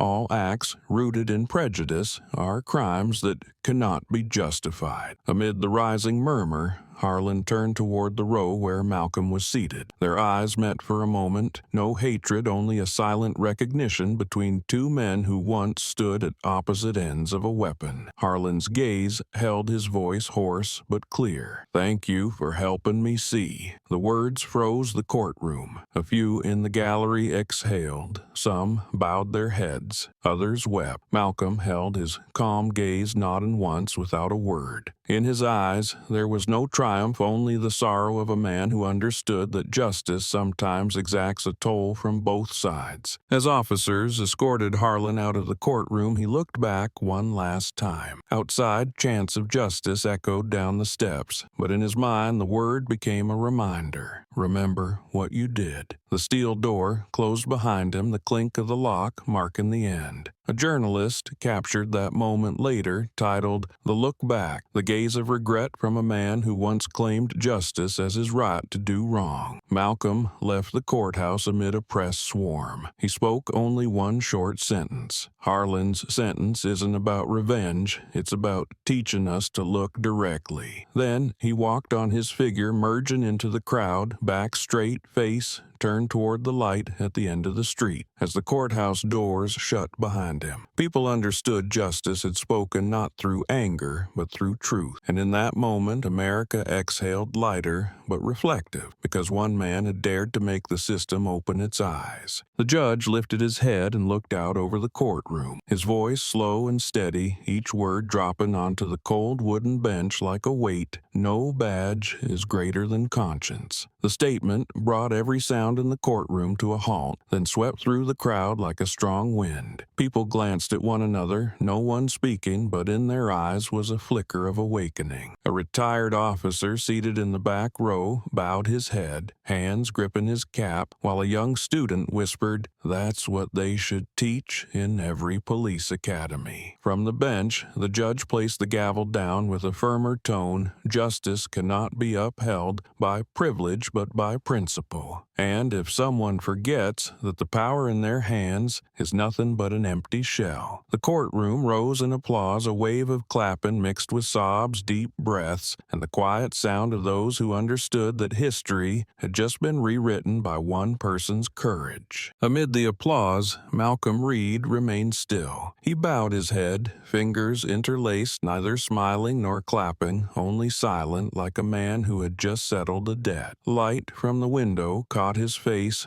revealing eyes heavy with both exhaustion and peace. He felt no joy because he knew the true victory wasn't the verdict, but the fact that society had begun to ask questions. The judge's words echoed in his mind, each syllable resonating like the voice of a conscience. In that moment, Malcolm was no longer the CIA director, no longer the victim, but simply a human being confronting the weight of the justice he had helped awaken. A reporter approached quietly and asked, "Do you have anything to say to those watching?" Malcolm looked up, his gaze distant, his voice raspy with emotion. "Don't let justice become a luxury. It must begin with the smallest things, in our eyes and how we treat others and in whether we dare to make things right." He finished, stood, adjusted his collar, and walked slowly out of the courtroom. The crowd parted, creating a path through a sea of people. Applause continued behind him, but Malcolm didn't look back. He walked past faces both tearful and smiling through the line of press microphones angled toward him as if hoping to preserve this image forever. As he stepped outside, the afternoon sun poured down bright and soft. A boy stood at a distance holding a handwritten sign. "Justice begins when fear ends." Malcolm stopped, read it, then nodded gently, his expression softening. He placed a hand on the boy's shoulder, gave a quiet smile, and continued walking, his figure blending into the crowd like part of a changing tide. Behind him, the Virginia State Courthouse still gleamed in the sun, where the judge's words echoed in everyone's mind. No badge is greater than conscience. And in that moment, America learned that true justice doesn't live in uniforms or titles, but in the hearts of those willing to bow before the truth.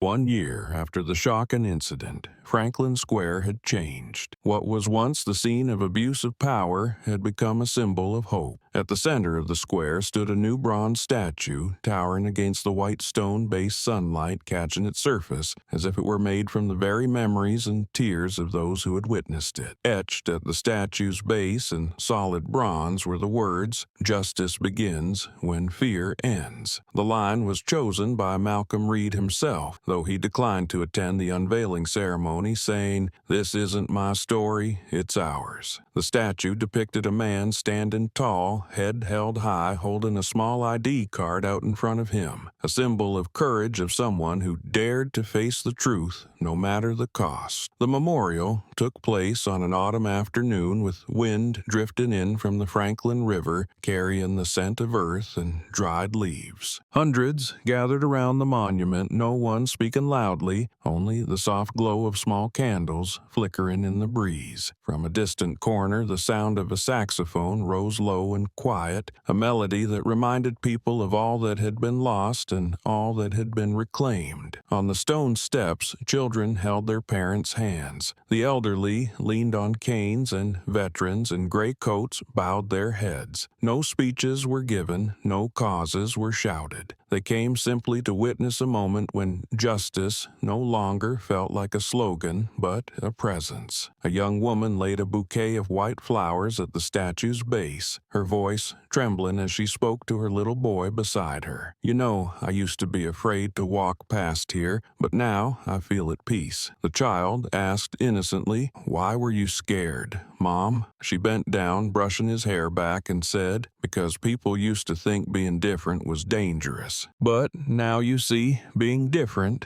can be what makes the world more beautiful." Her words brought some to tears drops, rolling down cheeks in the candlelight, blending into the chill of the evening air. From a distance, Malcolm stood quietly among the crowd unnoticed. He wore a dark overcoat, hands in his pockets, his eyes fixed on the statue. When the candlelight reflected in his gaze, there was a rare calm, not of someone who had won, but of someone who understood that all pain has meaning if it helps the world world grow kinder. A young reporter nearby recognized him briefly raising a camera, but Malcolm gently shook his head. He wanted people to remember the story, not the person who told it. When the church bell nearby rang 8 times, everyone bowed their heads. They didn't recite prayers or chant slogans. They let silence do the work of words. In that moment, peace seemed to settle into each breath. A light breeze swept through, tilting hundreds of candles, their flames wavering like spirits whispering to the past. Above the skies of Franklin, the clouds parted to reveal a gentle glow, and the faint moonlight fell across the bronze statue. The engraved words caught the light, shimmering as if they were breathing. Justice begins when fear ends. In that moment, no one spoke, but everyone understood that the words were not meant for one person or one city. They were for an entire nation learning to believe that justice doesn't need to be shouted, only lived truthfully within the hearts of its people. As the ceremony neared its end, the organizer invited Malcolm Reed to speak. The crowd parted, candlelight casting soft shadows on his face, his eyes deep and calm like a lake in the night breeze. He held the microphone silent for a long while, his gaze moving over hundreds of faces. Franklin citizens who had once felt fear, once felt anger, now standing together in a space no longer divided by color or title. He took a quiet breath, then spoke in a low but clear voice. "I don't want them to praise me. I want them to correct themselves." The words didn't need to rise in volume. They moved like a wave, causing many to lower their heads. Some wiped away tears, some held hands tighter, and in the front row, a young officer fresh from the police academy stood straight, lips trembling slightly, eyes fixed on Malcolm, as if seeing his own future. He went on, his voice steady, carrying the tone of someone who had endured pain and still believed in humanity. "If one day we raise another statue, I hope it's not of anyone else, but of those who chose to make things right, who chose to live with more kindness." The words seemed to still the wind, quiet in everything, until only the soft crackle of candle flames remained. Malcolm paused, looked toward the bronze statue, his eyes stopping at the engraved line, then said softly, "I used to think justice was about returning what was taken, but today I understand true justice is helping others recover the part of themselves they lost." The words brought a hush over the square. No one clapped right away because they knew they had heard something greater than a speech, a confession, honest and profound. An elderly man in the back row nodded, his eyes blurred, and beside him a white college student placed a hand on his black friend's shoulder and quietly said, "We all need to change, starting from where we are." In that silence, the first clap was heard soft but echoing like a bell of awakening. Then others followed, scattered, not loud or forced, but warm and steady, like a promise to carry forward what they had just witnessed tonight. Malcolm smiled, his eyes seeming to shine brighter in the candlelight. He nodded to the crowd, set the microphone down, and stepped back, standing among the people, still clapping around him. The applause spread across the square, then drifted into the wind, blending with the rustling leaves and the soft golden glow of hundreds of candles. He looked up at the Franklin sky where the moon had risen high and whispered to himself, "They're starting to hear each other." That night there were no fireworks, no songs, only a quiet peace settling into every gaze. The bronze statue in the square reflected the light of the candles like the heart of a city that had just begun to heal. And in that moment the applause kept echoing, not to praise a man, but to affirm a truth. When people choose to correct themselves, justice doesn't need to be built from stone. It will live on inside them. 1 month after the Franklin Memorial, the CIA and the Department of Justice headquarters in Washington became the nation's focus as they jointly signed the reform titled Ethics Before Power. The program was initiated by Malcolm Reed, who didn't want the Franklin story to become a recurring wound, but a starting point for transformation. In the main hall of the federal headquarters, hundreds of representatives from security agencies, police forces, and state leaders were present. On stage, Malcolm stood between 2 flags, the national flag and the CIA flag symbols of strength and responsibility. He looked around and spoke slowly. You cannot protect a country if you do not protect human dignity. The room fell silent as if everyone had just heard a simple truth they had long forgotten. Malcolm presented the project to a room of solemn faces. Ethics before power was not a slogan, but a mandatory training program for all forces authorized to use weapons or coercion. Each trainee would learn to communicate before commanding and be trained in community psychology, cultural awareness, and professional ethics. He said, "I've seen too many trained to shoot, but too few trained to listen. And when we fail to listen, we end up shooting at the truth itself." Those present looked at one another, some nodding, others taking notes. From the front row, the Attorney General stood gripping Malcolm's hand. "We've used guns to defend the law. Now it's time to use conscience to defend justice." Her words echoed amid a long round of applause, signaling a rare moment of federal unity. Television networks broadcast the event live with millions watching on screens. The image of Malcolm standing next to the sign bearing the words "Ethics before power" became a new symbol for America's shift. Journalists called it a moment of reborn trust. In the days that followed, training centers across the country began enrolling in the program, and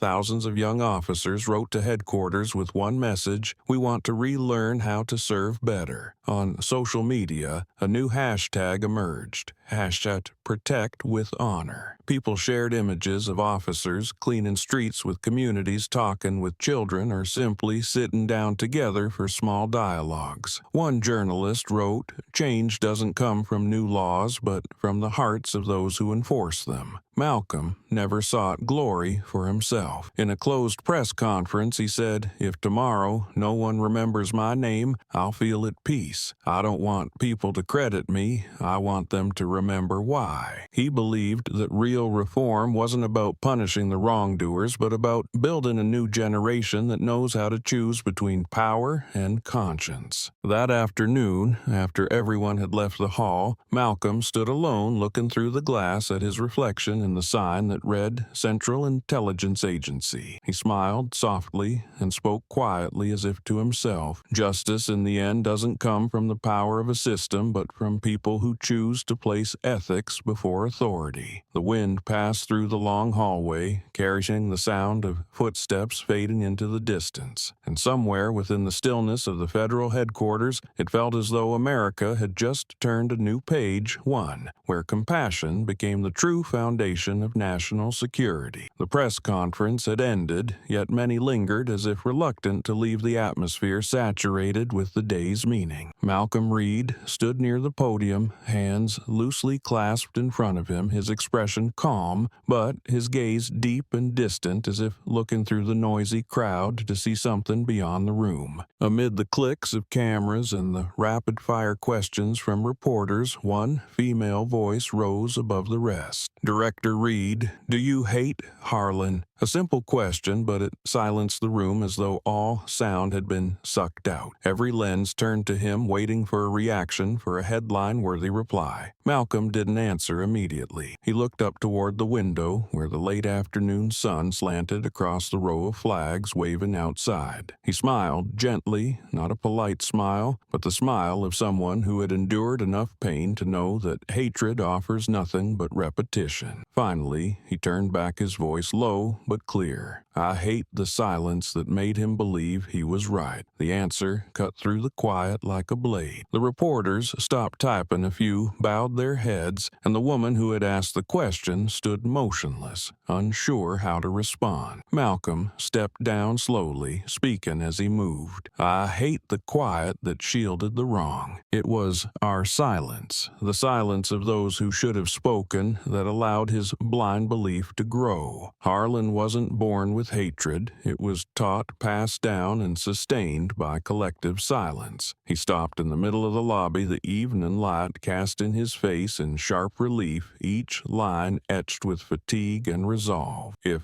I hate anything," he added, "it's the way we've let prejudice outlive justice." A few claps rose from the back of the room, hesitant at first, then spreading into a steady sound, not loud but weighty. Malcolm nodded spotted his gaze softening. He wasn't seeking approval, only that people truly listen and understand. He stepped into the hallway where the breeze moved gently, scattering a few note pages left behind on the tables. A young reporter followed him and asked softly, "So, do you think silence is a crime?" Malcolm paused, looked directly at the girl, and his voice lowered. "A crime is knowing something is wrong and still choosing silence. Because then you're no longer a victim, you become part of the darkness." The words stopped her in her tracks. She nodded slowly and wrote it down, her hand slightly trembling. Outside the headquarters, the sky over Washington had turned the copper red of dusk. Malcolm paused at the steps, watching the stream of people pass by. He thought of Harlan, of the letter in the drawer, and of all the nameless faces that had helped keep silent until the gunshot rang out in Franklin. Now he understood that revenge could never make things right. Only truth spoken aloud could begin to heal. He exhaled, eyes fixed on the distance where the sunlight was fading over the roof of the Department of Justice, and spoke softly as if to himself, "Someday when everyone dares to speak, no one will need to feel regret." The wind swept the shawl in the hallway, blending with his voice, gentle but steady, carrying the spirit of an entire reform where justice no longer leaned on power, but began when people chose to break their own silence.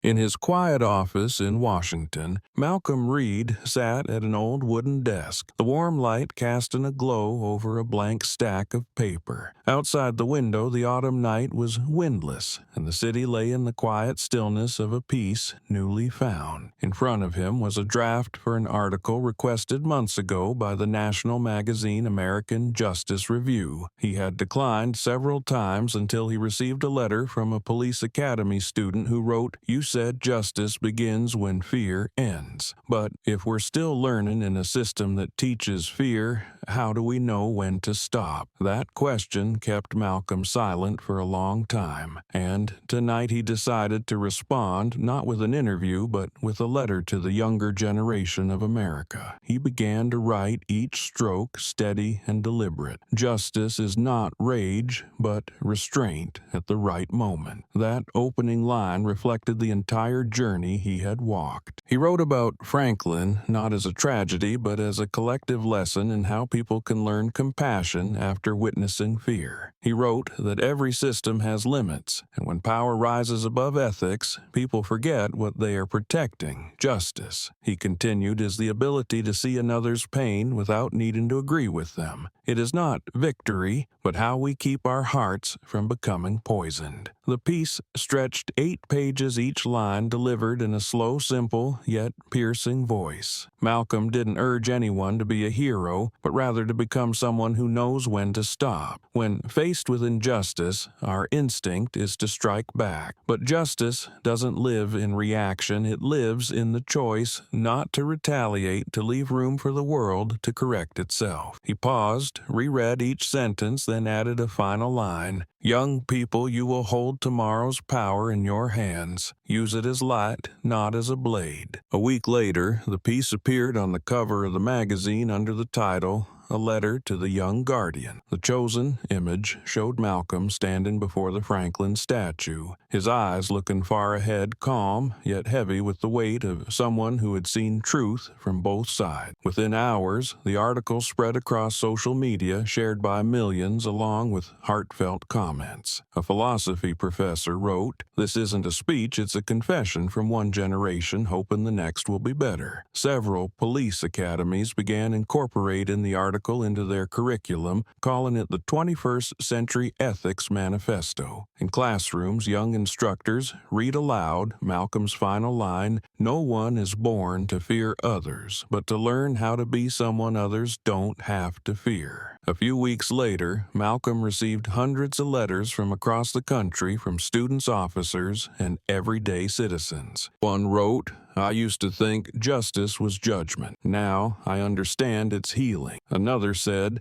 "Because of you, I've learned how to be silent without compromising." Those words made Malcolm sit quietly for a long time. He knew that every word could fade, but When a generation begins to learn how to listen, justice has truly taken root. That night, he set down his pen, folded the newspaper, and looked out at the glowing sky above the Capitol. In that moonlight, he felt something certain justice had left the courthouse and was growing inside the hearts of the young. After the essay had spread across America, the headquarters of the CIA and the Department of Justice began receiving hundreds of letters from police academies, military units, and local security agencies. The envelopes came from every state, from New York to Texas, all carrying the same feeling gratitude. Many young officers wrote with shaky but honest lines, "You helped us see differently." One said he used to think strength was about making others fear him, but after reading Malcolm's letter, he understood real power is the ability to make others trust. A female officer from California wrote, "I used to believe my job was to maintain order, but now I understand there is no order without respect." Those words made Malcolm read every line slowly, as if he were speaking with them across the distance of thousands of miles and generations. Growing up in a country, learning how to heal. One early winter morning, as frost blurred the office windows, his assistant brought in a thick bundle of letters and placed it gently on the desk. Malcolm opened the first envelope from a recent graduate of the Federal Police Academy. The italicized line read, "I want to be a protector,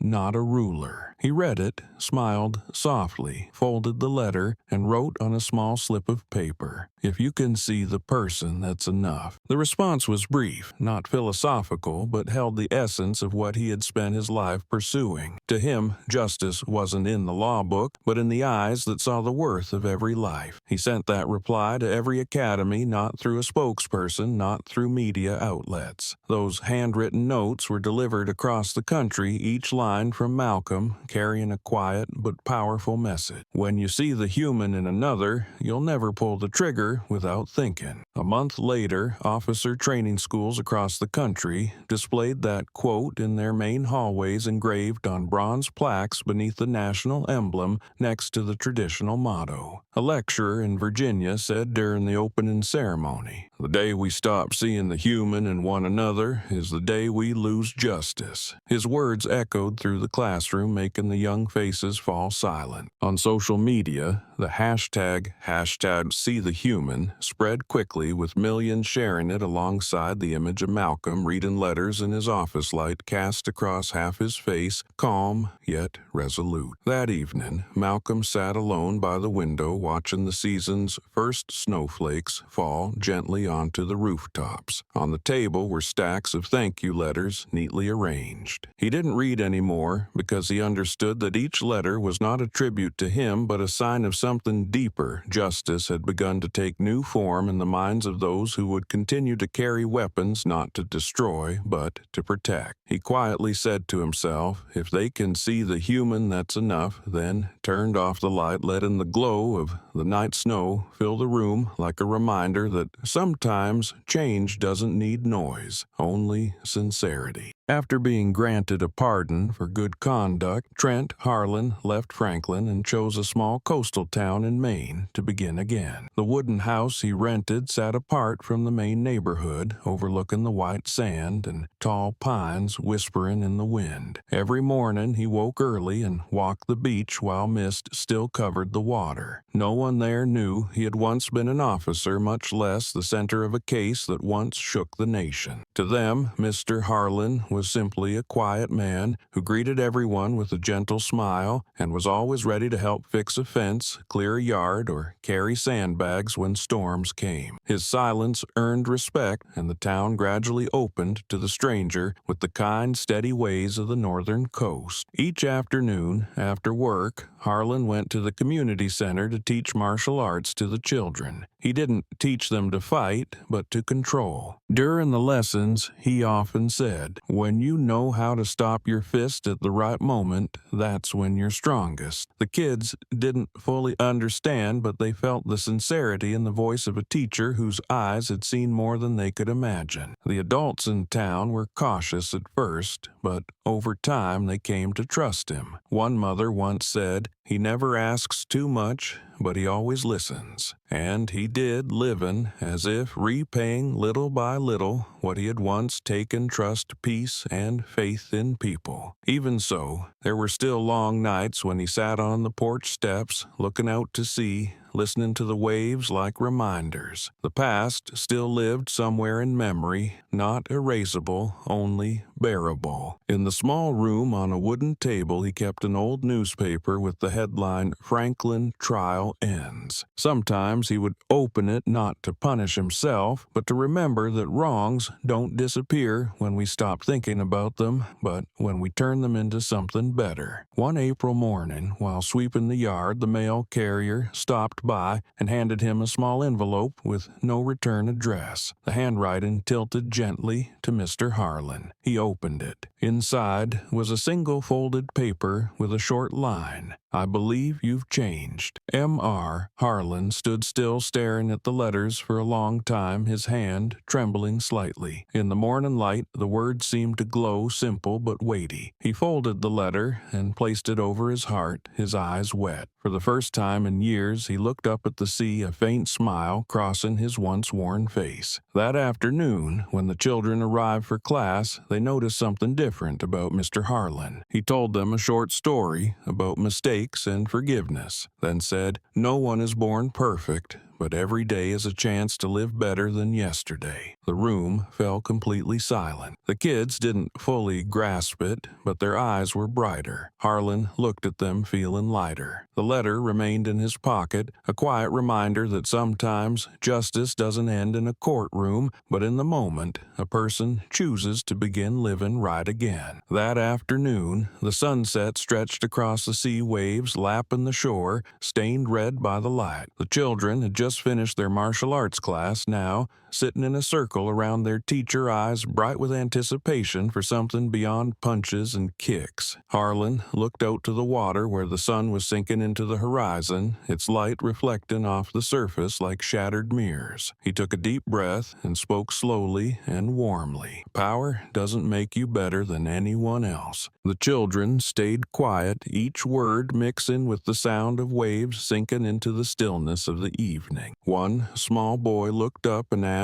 "Then what does make someone better teacher?" Harlan turned to him, his gaze gentle but filled with a lifetime of experience. "It's when you stop before doing something that would make someone else bow their head." The simple answer echoed, and the children looked down in thought, not out of fear, but because they understood some lessons were greater than any punch or throw. He stood, brushing sand from his hands, and looked toward the seagulls flying into the sunset. In that fading light, Harlan's face seemed lighter, as if shedding a weight that had burdened him for years. He remembered the old days when he believed power was a measure of worth, that strength came from making others afraid. Now, looking at the children before him, he understood what had taken him a lifetime to learn. True strength lies in calming fear, not spreading it. Those innocent faces were proof of a different beginning, where justice was no longer a verdict, but a choice in how one lived. A boy walked up and offered him a small shell he had just found, saying softly, "Keep this to remember today." Harlan smiled, took it, and thanked the boy with a kindness in his eyes that seemed almost new. It was the first time he truly smiled, not forced or weighed down, but the smile of someone who had finally found peace after being lost for a long time. The children glanced at each other, then laughed along with him, their laughter mixing with the ocean breeze so natural and warm that even passers-by paused to smile. That evening, Harlan returned home and placed the shell on the table by the window next to the old letter that read, "I believe you've changed." Moonlight poured in, reflecting on the distant sea where small waves rolled like the breath of time. He sat,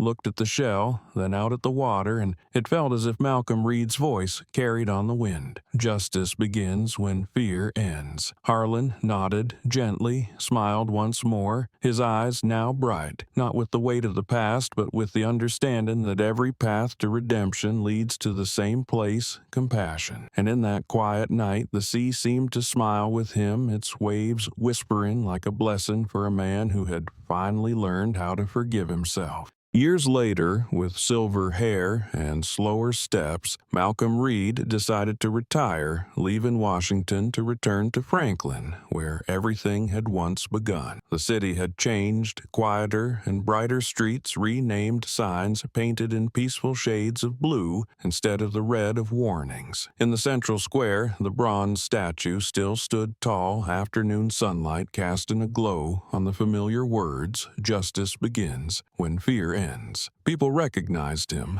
but no one crowded around. They simply smiled and nodded, as if greeting a neighbor who had been away too long. Malcolm walked slowly around the square, his hand brushing the cool stone, his eyes filled with gratitude and a peace he had spent his whole life searching for. One afternoon, as he sat in a small cafe overlooking Franklin Lake, a young reporter approached holding a recorder and a small notebook. She hesitated, then asked Mr.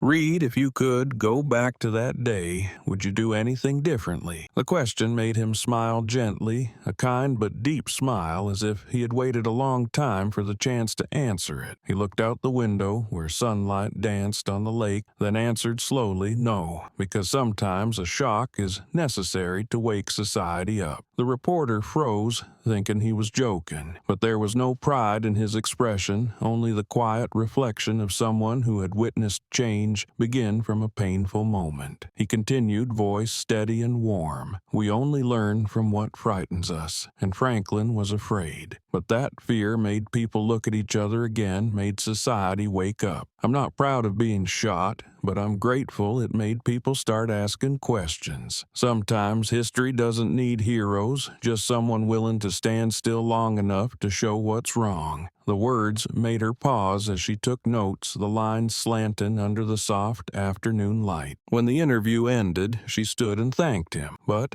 Malcolm simply nodded and said quietly, "Your job is to write what's right, not what's easy to hear." Remember, the first light of justice always begins with a question. That evening, back in the small house by the lake, Malcolm lit an old lamp he had brought from his Washington office. Its golden glow filled the room gentle as breath. He sat down in a wooden chair, looking out the window where distant streetlights shimmered on the water like scattered stars. In his hands was Harlan's old letter. The paper had faded with time. He unfolded it, read each line again, and smiled. Outside, the Franklin breeze stirred gently, clinking the wind chimes. As the lamp in his house stayed lit through the night, people said it had become Franklin's symbol, the last light not to guide the way, but to remind them that even in darkness, people can still choose to wake up. Malcolm spoke softly to himself, his voice blending into the night. No shock is meaningless if it opens the world's eyes. Then he closed his eyes, the lamp still glowing steady like the soul of justice, quiet, humble, and everlasting. The night settled over Franklin like a velvet blanket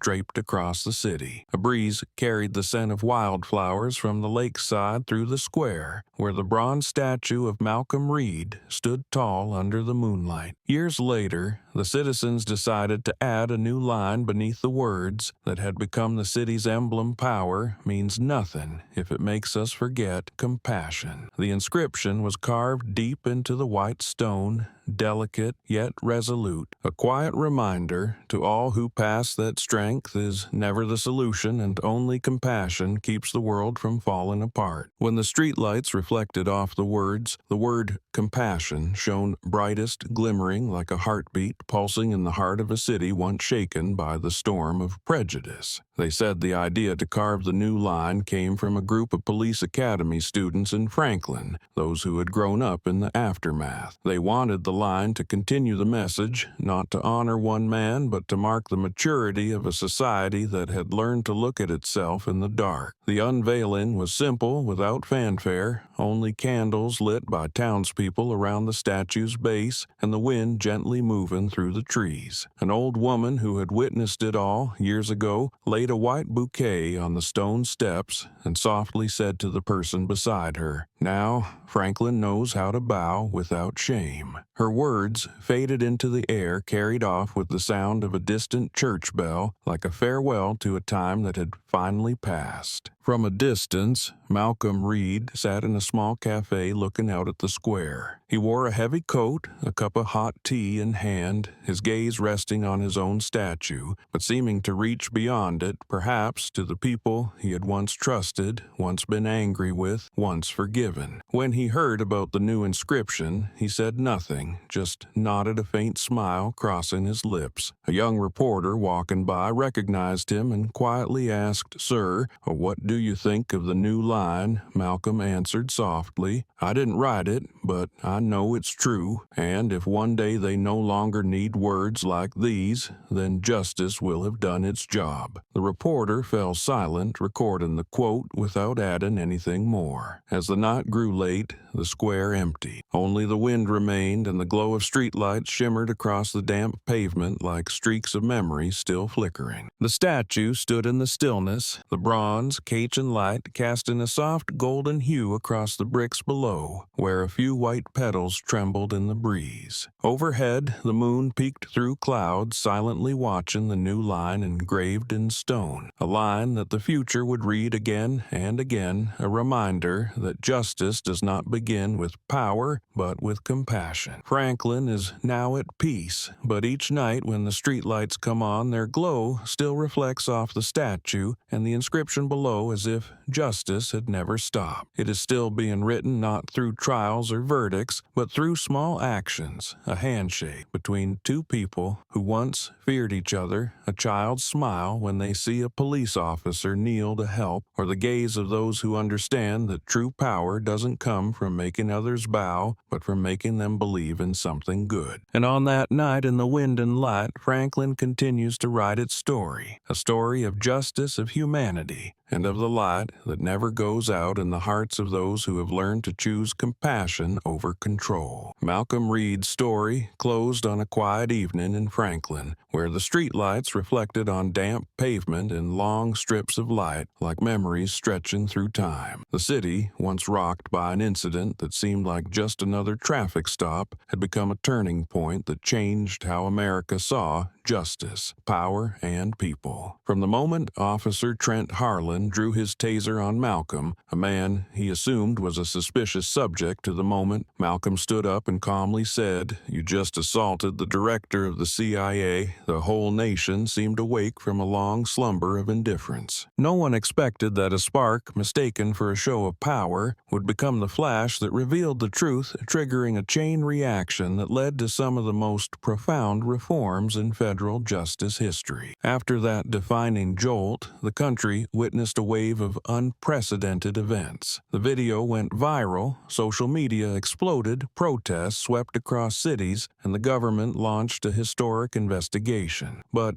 what made Malcolm's story iconic wasn't his retaliation, it was his response after, through silence, through composure, through his refusal to become a vessel of vengeance. When he said on live television, "I don't need to win in court, I need them to lose within themselves," it wasn't a declaration, it was an awakening. People realized that real justice doesn't lie in the sound of a gavel, but in the human capacity to look inward. And when the judge declared, "No one is allowed to wield their fear as a tool of justice," society understood that the Franklin case wasn't just a trial, it was a mirror reflecting how we treat one another. While Malcolm continued to serve with quiet resolve, Harlan, the once arrogant officer, had gone through a difficult path of redemption. From a convicted man to the one teaching martial arts to children in a coastal town, Harlan had reclaimed the humanity he once lost. When he received the letter that read, "I believe you've changed, Mr." He understood that forgiveness wasn't a gift but a chance to go on living. And in that moment when he told the children by the shore, "Power doesn't make you greater than anyone else," it wasn't just a martial arts lesson, it was a life philosophy he had taken a lifetime to understand. Redemption didn't come from prison but from awareness. When a person dares to admit their mistake, the the world becomes a little more compassionate. Malcolm Reed, once called the man who woke America, eventually chose to quietly step away from Washington. He didn't want praise, didn't want to become a legend. When he returned to Franklin, he was just an old man with a cup of tea watching a city that had learned to slow down and truly listen. When a reporter asked, "If you could go back, would you do anything differently?" he simply answered no, because sometimes one shock is necessary to wake up a society. That sentence closed everything he had been through, not with regret or bitterness, but with the understanding that